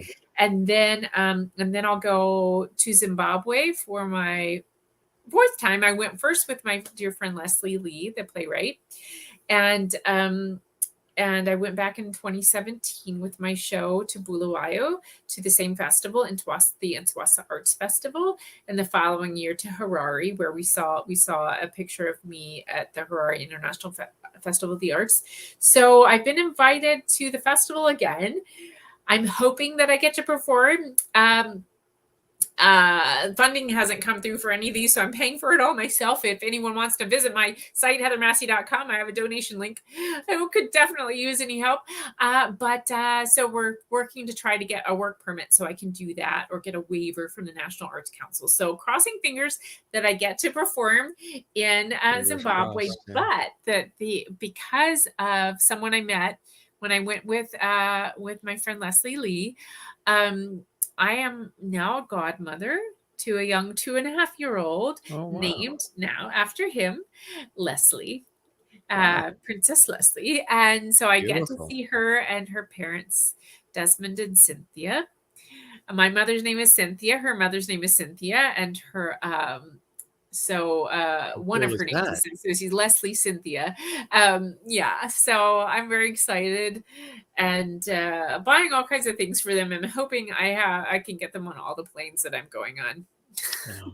That's incredible. I know. Maybe we'll be crossing paths at some of these airports, because I'm headed to Reno, Nevada, Dallas, Texas, Sacramento, California, Fort Lauderdale, Florida, in just a couple of weeks for television projects and shoots as well. And just got back from Vermont with the family wedding, and then Milwaukee, Wisconsin just before that. But when we were in Milwaukee, and then our transfer was the Baltimore Washington airport, we got stuck overnight for 8 hours in Baltimore because flights got canceled due to weather and everything. And then they lost the luggage, and they eventually found the luggage. Never had that happen before, being stuck in an airport overnight for 8 hours with hundreds of other people. Oh, I had that. You've had that happen? I had that on my way to my Fulbright specialist in South Africa. Yeah, it's where were you stuck? It took me 5 days and 4 continents to get to my destination. And I ended up in. And your destination was Newark, New Jersey? In Asia. Huh? Yeah, and your destination was Newark, New Jersey? It took 5 days and 4 continents. No, that's where I left from, I believe. But I am going to be some places closer to home if there are people who are, would like to come see the show. I will be in High Point, North Carolina on October 7th. And the 3 days before that, we're having a Hedy LaMarr Film Festival. Wow, so I believe we're starting, let's see, 7, 6. So I think about the 4th will be most likely Samson and Delilah. Her Cecil B. DeMille epic film with Victor Mature, where she is Delilah. And the following day, we're going to have an art night for films. We'll have Ecstasy, the one I was just speaking of, that was shot in Prague, and preceded by George Antheil's the film, Fernand Léger film, Ballet Mécanique, very avant-garde, with his his composition, Ballet Mécanique, which has 16 player pianos and gongs and sirens and airplane propellers. And yeah, so that's going to be the next night. And then on the 6th, most likely it's on the 6th, will be Ziegfeld Girl. With Hedy and Lana Turner and Judy Garland and Jimmy Stewart, her favorite. Incredible. And yeah, so and then I'll be in at Zeiterion in New Bedford, Massachusetts, November 1st. I'll be in Scottsdale, Arizona, January 27th. I'll be in Sarasota, Florida, in later in February next year, and next April 21st I'll be in Decatur, Illinois at the Kirkland Fine Arts Center. But anyway, anyone can check in on my website. I try to keep it accurate as to what's coming up. That's great. Yeah, the heathermassie.com if you want to check out more information about the performances / Hedy as well. There's somebody here who pops into us the latter part of our episodes, our epic episodes of the Jim Master Show series. He wanted to stop by and say hello. I don't know if when you've watched the other shows, if he's popped in, but he probably revered Hedy as well. Mr. George Burns is with us. I don't think they ever worked together, but I'm sure they admired one another. I'm sure maybe they were on the same stages or same gala events or something in Hollywood. We were on some programs together. He always pops in towards the latter part. My aunt collected dolls, and this got passed down to me. And he's a real collectible. He's got a cigar and his red pocket square. He said, you knocked it out of the park. He learned so much about Hedy through this conversation on this episode of our series. And he said, you do an incredible Hedy. And he sends you lots of love. He said, you knocked it out of the park, kiddo. Love from George Burns. Love to Gracie. Yes, that's right. Pretty cool. He's realistic, isn't he? I tell you. He is. He pops in. Stick his finger in your ear and yeah. Well, he's usually huddled down here because he's got a martini over there. So he's sipping his martini. He's doing his cigar. Yeah, he's all down there in the corner. So this was really fantastic. And thank you. Jen Barry in Pennsylvania, USA says, Heather, you are now a Lovety. You're a Jim Master Show Lovety. So how does it make you feel? I mean, there's Oscars, Emmys, Tellys, Peabodys, Tonys, Grammys, and everything else. And Loveties. You're a Lovety on the Jim Master Can Show. I add that to my add that to the long list of awards. Most people say when they get that honor of being a Lovety on the Jim Master Show, their feet usually start tingling. Are your feet tingling about now? Oh, of course. I'm a Lovety. I'm a Lovety master now. What would Hedy LaMarr say if she was given a Lovety? But it's about time. That's what she said. She was called for her award. It's about time that she got recognition. It was about time somebody tells her she's lovely. Now, good things come to those who wait.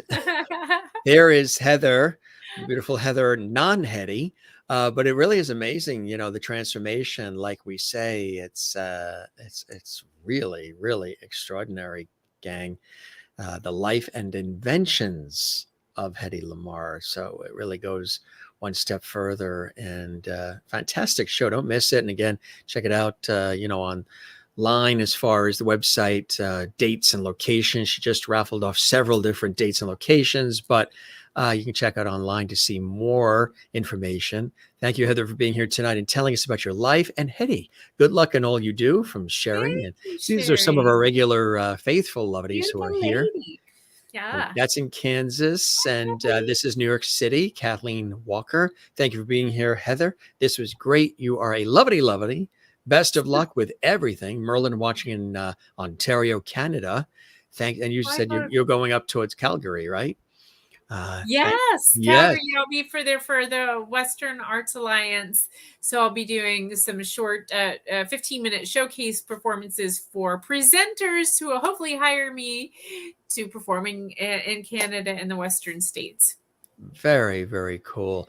I just interviewed in my professional world for television news series that we do, magazine show.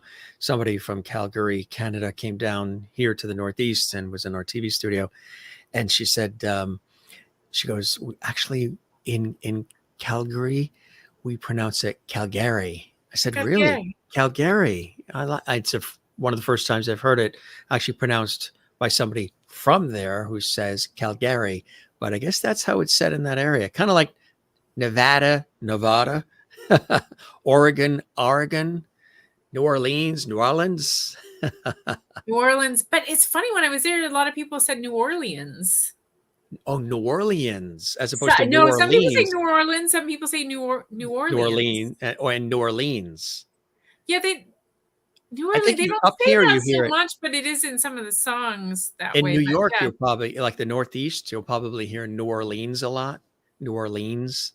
Yeah, I say New Orleans, but New Orleans was quite popular when I was there. Yeah, because I did 2 weeks at the National World War II Museum there, which is amazing. That's cool. Last year in May, and it was such a treat. It was a BB Stage Door canteen there, it's the like number one attraction in New Orleans, whatever. New Orleans, yeah. Yeah, and we sold out. We added a show. Hopefully I get to go back sometime. So that was really, really neat. So they really loved the whole Hedy LaMarr. It's perfect because the BB Stage Door canteen was perfect because Hedy worked at the Hollywood canteen. That's right. During the war. And that's where she met John Loder. Because he was good friends with Betty Davis, who started it, and she, so it was that's how they met, washing dishes at the canteen. Can you do Betty Davis? Yes, she's in the show. Yeah, she's in the show. What does she sound like a little bit? Can you do a little of her? Oh my gosh! Hold on. And now here's Betty Davis on the Jim Masters I haven't show. You ever just improv at her? You got to get into that whole mindset. Think New England Yankee, right? No. So, yeah, Hedy, darling, how's little Jamesy? I'm not going on. What a dump! What a dump! No, that sounds more like Katharine Hepburn. But yeah, yeah.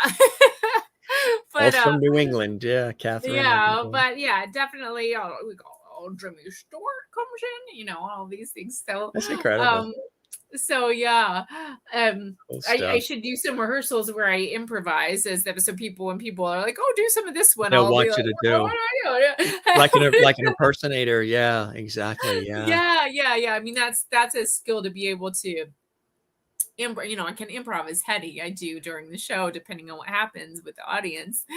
But because the other characters are in scenes with Hedy, they don't improv with the audience so much. Oh, speaking of improv, check us out Saturday night. We've got one of the greatest, John D. Domenico. He is renowned. He does Donald Trump. He does Austin Powers. He does Guy Fieri. He does Jay Leno. I mean, Ben Franklin, Larry King. He's on Saturday night. Nice. Speaking of, the impersonators and comedians and fun stuff. This was great, my friend. You are really terrific. I'm so glad. And our beautiful friend who's in Edinburgh right now, Cynthia Shaw. We send her love. She says she's going to watch this episode in the archives. Who was a guest on our show. We had such a blast with her. Sort of connected us as well. She's blowing it out of the park there in Edinburgh. Oh, isn't that something? At the Fringe Festival, yeah. Yeah, she flew right over, and she's there. And so Cynthia, if you're watching this live or in the archives, it's kind of late there now. It's like it's almost morning there. So you'll watch this tomorrow in the Jim Masters Show archives on our YouTube channel, Jim Masters TV. Heather, this was great. Hedy, thank you for stopping by the show as well. And thanks for going back and forth between Virginia and New York and Virginia. Well, good timing, because apparently when I transferred, I didn't plug the computer in, so the batteries held out for it. It was. Oh, we've done that so many times where batteries have gone on phones and computers. So we got it right to the. We've been together about an hour and 53 minutes. I have it right here, but oh, what's that? What is that? That's plugs for two computers, right? So this is the one for the one we're on. So it's not so hard to give it a plug in and to get the power going, because See, right now you actually look like Hedy doing some scientific experiment or something. Well, You you just know look what? it. She liked to be on the floor. Actually, she would study her scripts laying on the floor, watch TV on the floor. So she and George, when they were inventing, it's called the secret communication system, which is, you can only see a little bit, but the blue in there, they would be on the floor with like matchbooks and matches and laying things out on the floor. So yeah, she would really get into it, and it's really lovely that the most beautiful woman in the world, who wore some of the most gorgeous gowns, like to spend time on the floor inventing. Yeah. Well, I mean, she also had a drafting table and tools and a library of reference materials. So there you are on a torpedo, and there's that blue background you're talking about. Yeah. Really cool. So that's, you can see up at the top, August 11th, 1942. Very cool logo Yeah. too. The graphics, like the head image with, that actually came from the marketing department at the National World War II Museum. They created that for my shows there, and I said, "Hey, did they really? Can I use that?" Yeah, because I really like it. So it's ideal. Yeah, perfect. Yeah. So sometimes I get to pull things from things that happen. The venues in which I work, who create things like that logo, which is now what I use. I had at one time, this one I was using for a time, and that was from Theater on the Square in Johannesburg, South Africa. I worked there as the last part of my Fulbright specialist. I did a 2-week run there, and Daphne Kuhn, a lovely, lovely lady, South African woman, she runs that, and it was down for quite a long time during COVID, but they're back with live performances, and I'm just so happy because she is one of the dearest women in the arts. Just a really lovely, genuine, beautiful woman who's dedicated her life in her work to the arts and supporting artists in South Africa and visiting artists as well. Right. So, yeah. And it sounds like you're dedicating your life to the arts with the science. Yeah. Well, I should say, so to bring this back to when I first talked about being 8 years old, third grade in Prices Fork Elementary School, and wanting to be an astronaut or an inventor or to work with animals. So with my work, celebrating women in science through theater, now marrying my love of science with my love of art. Left brain, right brain. Yeah. So I'm working on a trilogy of shows celebrating women in science. And so my second show is currently titled Flying with Sally Ride, America's First Woman in Space. So Sally Ride being in that first class of astronauts that included 6 women who she was the first to get to go. So about Sally, and she was also an astrophysicist. So I get to play Hedy, an inventor who's also an actress, and then Sally Ride, who astronaut and astrophysicist. And then I'm considering Jane Goodall, the famous primatologist. Oh, yeah. So I get to do all the things, all my things from when I was 8. But I didn't have to choose one. I get to do all of them. You get to do them all. Through theater. Isn't that incredible? Yeah. Really incredible. Lots of blessings and joys in your life, wouldn't you say? Yes. I will say, the producing is a challenge. I do the producing because I'm the one that gets to do the thing. I saw in New York a lot of friends, especially female performers, who would start theater companies and produce, And thank you all, take it all. They wouldn't get to act anymore because they're so busy with the producing. So I'm so busy with the producing, but I do it because I'm the one that gets to do the thing, which is the joy of being with the audience and getting to look in the eyes of audience members. And that's why COVID was so hard for me, was I didn't just I didn't have 10 shows, so like throwing them out for free was hard. You know, and there's that the experience so much with the show is with the audience and looking in their eyes and going up and holding their hands, and you know, I didn't get to do that so much during COVID. So it's really lovely being back. I don't touch people as much, you know, Right. and she's so Well, you touch them, but you touch them here. All right. Well, the and thing here. is that when the Navy sort of dismissed her invention, they told her to do something useful and sell war bonds, and she did. She sold like more than any of the other stars. Wow. She sold in one evening $7 million in bonds. I was afraid The of that. computer So needed to be plugged in, this and is a new, did you have that? Did you have the poster on a timer too? No, this is new. I got it for the conference. It just came in yesterday. So Next we're going to see a cane come in and just pull you off. I have one actually. The You cane is have one? a walking stick. It's her for her husband Fritz Mondel. So wait, what was I talking about? This happens to me when I'm tired. I was driving falling down threw us off.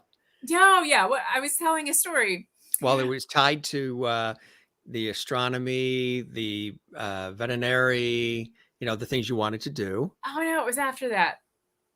But yeah, anyway, I have one picture I wish I had shared with you. Oh, what was I talking about? Here's my technical director. That's not the one that's in the show. That's not the one that's was that the production assistant?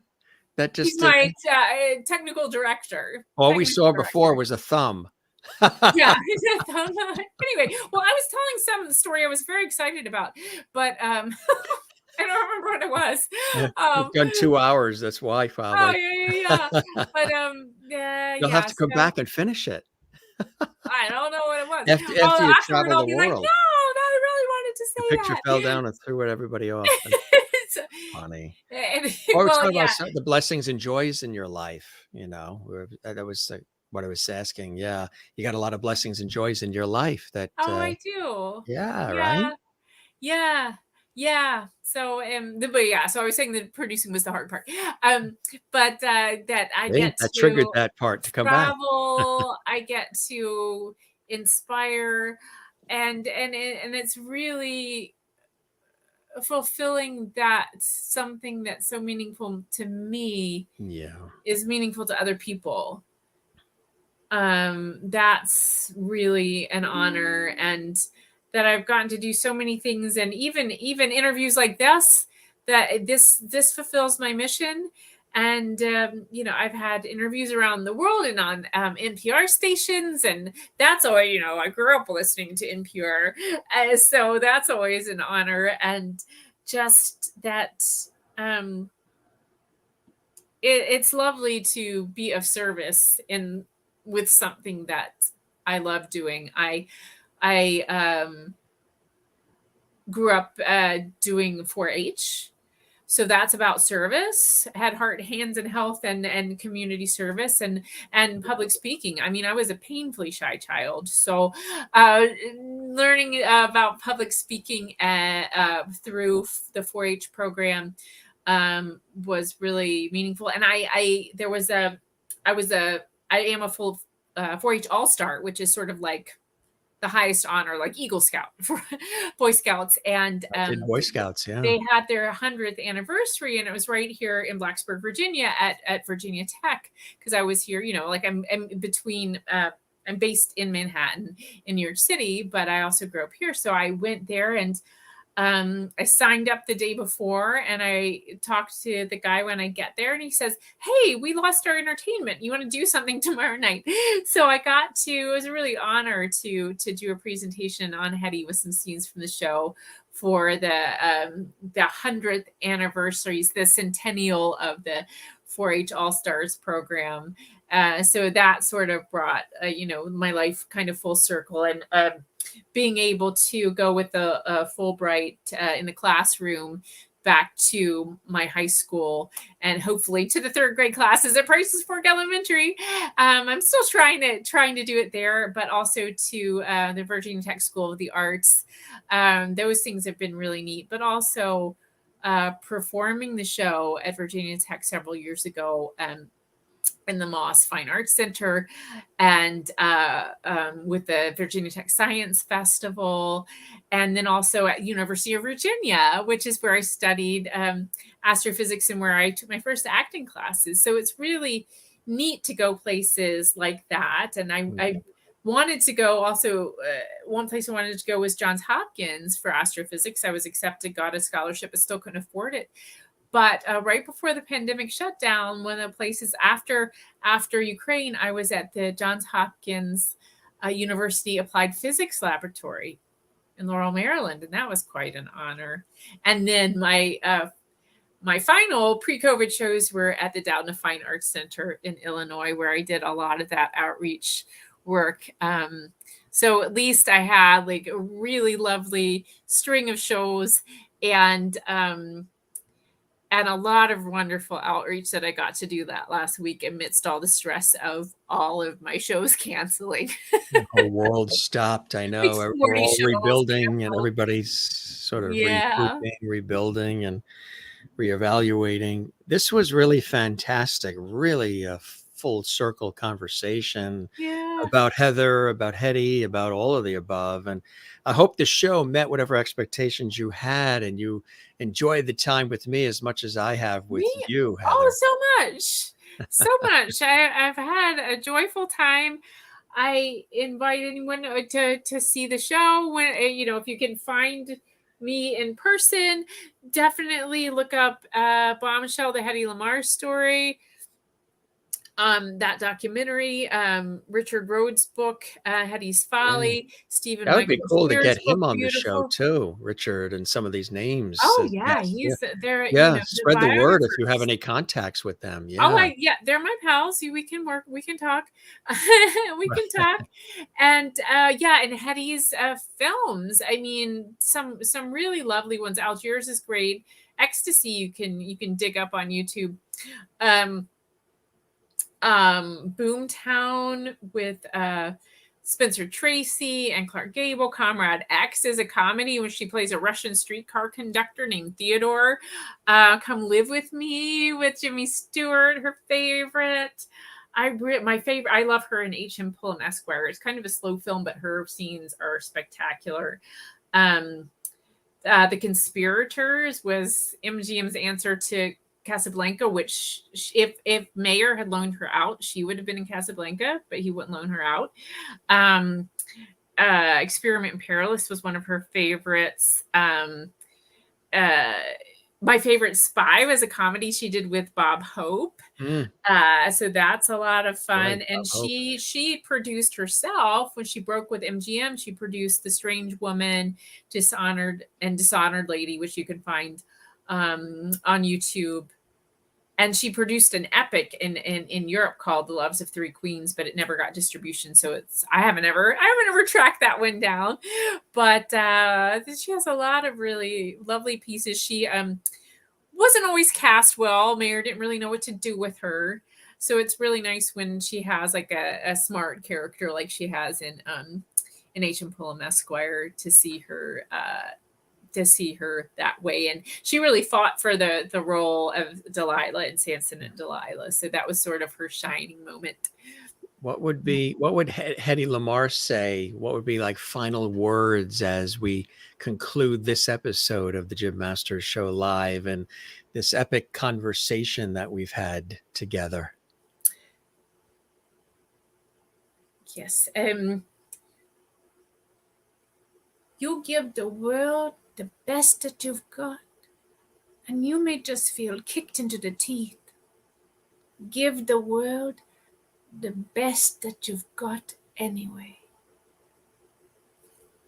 That's what Hedy would say. That is wonderful. Well, Mhm. we certainly have done that together tonight for sure, my friend. And this was wonderful. And thanks to all of our viewers and all commenting, watching live, and those who are watching this later in the archives, gang. While you're there, do not forget to subscribe to our YouTube channel, which is Jim Masters TV. You can see this episode again if you came in late, you missed anything. You can see the episode on our YouTube channel, Jim Masters TV. Click that red subscribe button. We would absolutely love that. And be sure and click the notification bell so you never miss any of our episodes. And make sure if you enjoyed this episode, give it a like. Yeah, we would love that. A thumbs up, like, and definitely leave a comment on the actual YouTube channel. That helps us get these episodes out to the world even further. Very special guest, Heather Massie, actress, writer, solo performer extraordinaire, the creator and writer and star of this extraordinary play, Hedy, The Life and Inventions of Hedy LaMarr. My friend, thanks for joining us on the show. Really a pleasure. Continue to spread the word about the Jim Masters Show live. And again, I hope you enjoyed yourself as much as I have having you as a I did. guest. Yeah, I'm smiling so much. At least they don't hurt yet. Sometimes you know how your cheeks hurt Then when it you gets smile. stuck. Still is a good happy smile. That's perfect. We will keep the porch light on for you. You're welcome back anytime, Heather. And thanks for spending this amount of time with us too. No, definitely get some sleep. Got a lot of things coming up.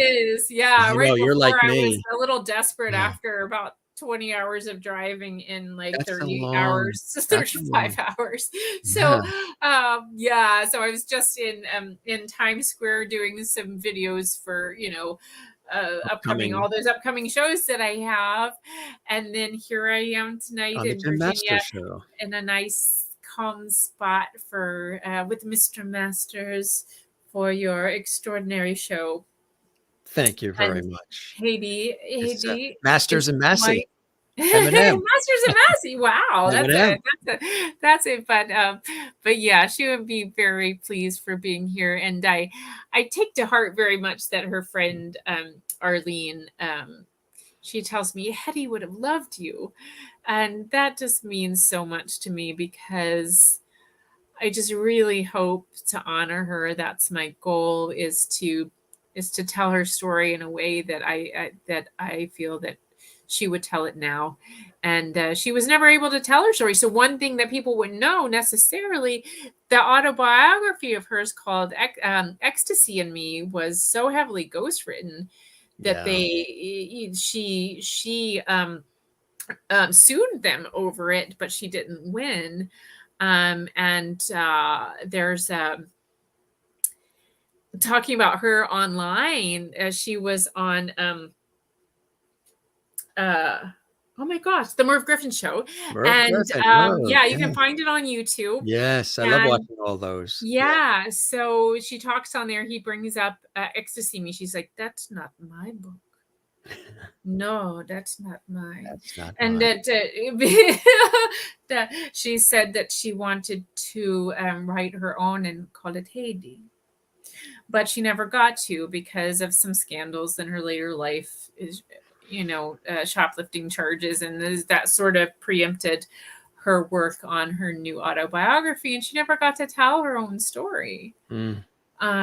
So that's why the documentary Bombshell, that's why my project, that's why you might be seeing something big coming out, a mini series with Gal Gadot, who's to play her to play Hedy. So there's a lot of stuff going on. It's all really wonderful because it all is establishing Hedy as a woman of intelligence and of science and of creation, instead of just a pretty face glamour who queen, got dismissed by Hollywood. Yeah, exactly. All good stuff. Well, this was good stuff too, my friend. Thanks for stopping by the Jim Masters Show live. There was an epic, we don't even call these interviews, we call these conversations. And it was really, really wonderful. And we hope to hear from you again. And let's stay in touch and continue safe travels with all the cool things coming up. Best of luck. And I'm so impressed by what you do, that you're doing this. And, for all of you watching, the gift that he's giving to to not only me being interviewed, but the gift he's giving to you by bringing such wonderful people, 700 and over. Yeah, Yes. 750 Oh my gosh. episodes in 2 What years. wonderful gift. What a wonderful gift you're giving to your audiences. I appreciate that. I Yeah. appreciate that very much. And that means a lot, my friend. And you be well, and continued blessings and joy coming at you. Newly queened Lovity on the Jim Master Oh, Show my Live. darlings, I've had such a wonderful time with all of you. Yes. We do so hate to leave. LaMarr the Lovity. You take care. And again, thanks so much. Thank you, Sherry Larson in Kansas. I appreciate those kind and beautiful words. Yes. I have people, Kathleen and Jen and Sherry, and yeah. So I have it's over here, a little where I can see the chat. I can't really read it, but I see what's happening. That's right. I usually look over here, right? Exactly. Then I look funny. They got to make the font bigger. I know. Oh, right. Yeah, well, I have my phone here over on the side. There you go. That's it.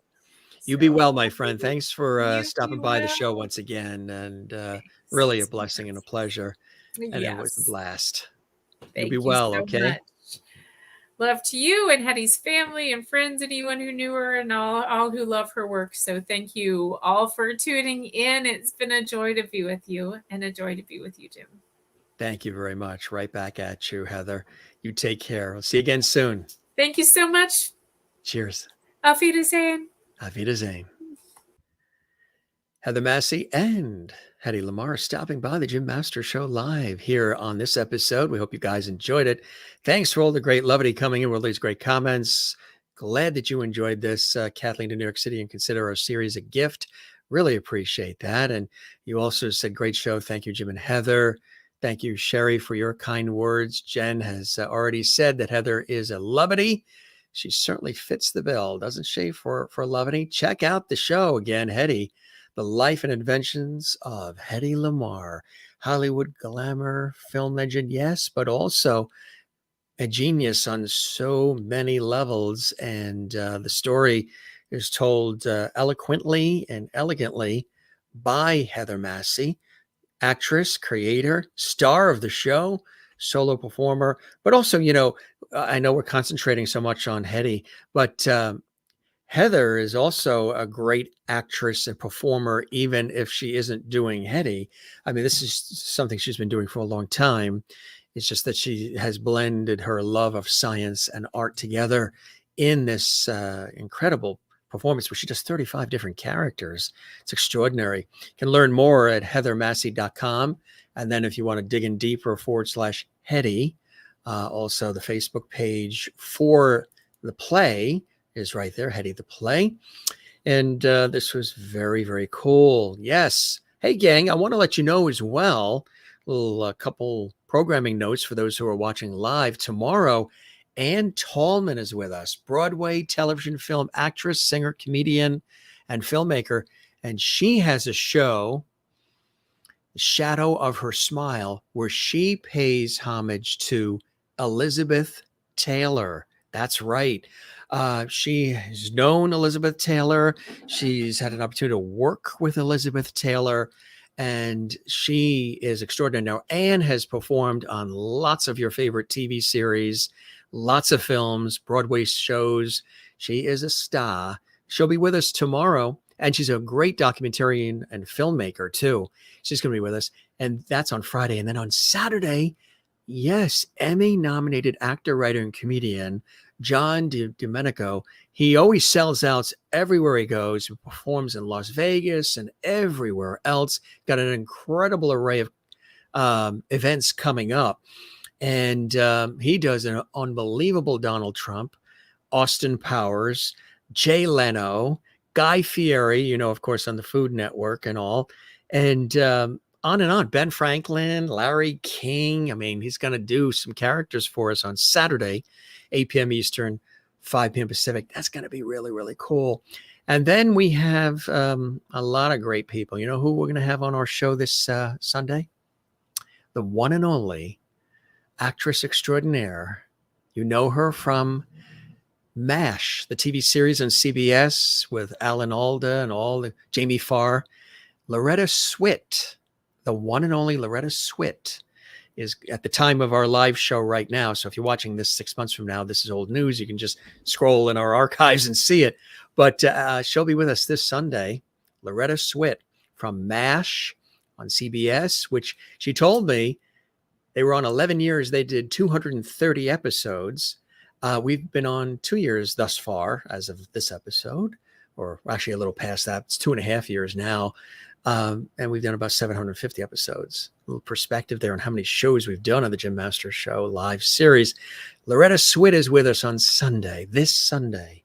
So join us for that. And that's exciting. She's amazing. And we're going to have an extraordinary conversation with that legendary actress. Spread the word. Loretta Swit is with us coming up on Sunday, and many, many more.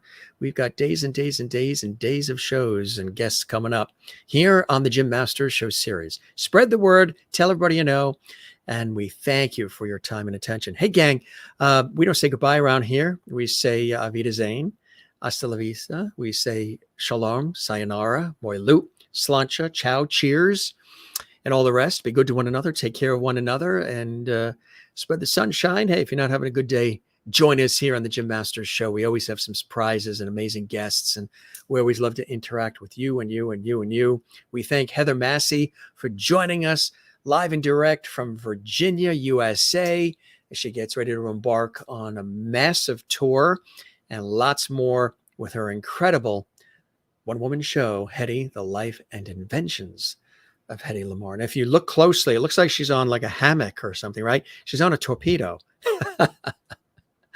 And that's how that's probably how Heather travels. She just hops on a torpedo and she just makes it all the way around the world quickly to get on stage. You guys are great. Heather Kathleen says, "Oh my God, album time Sunday for Loretta." Yeah, Loretta Swit, absolutely. And thank you, Jim. Absolutely, you'll be here. And if you ever missed anything, check out our archives. We save it. If you want to see this episode again, you can see it in the archives as well.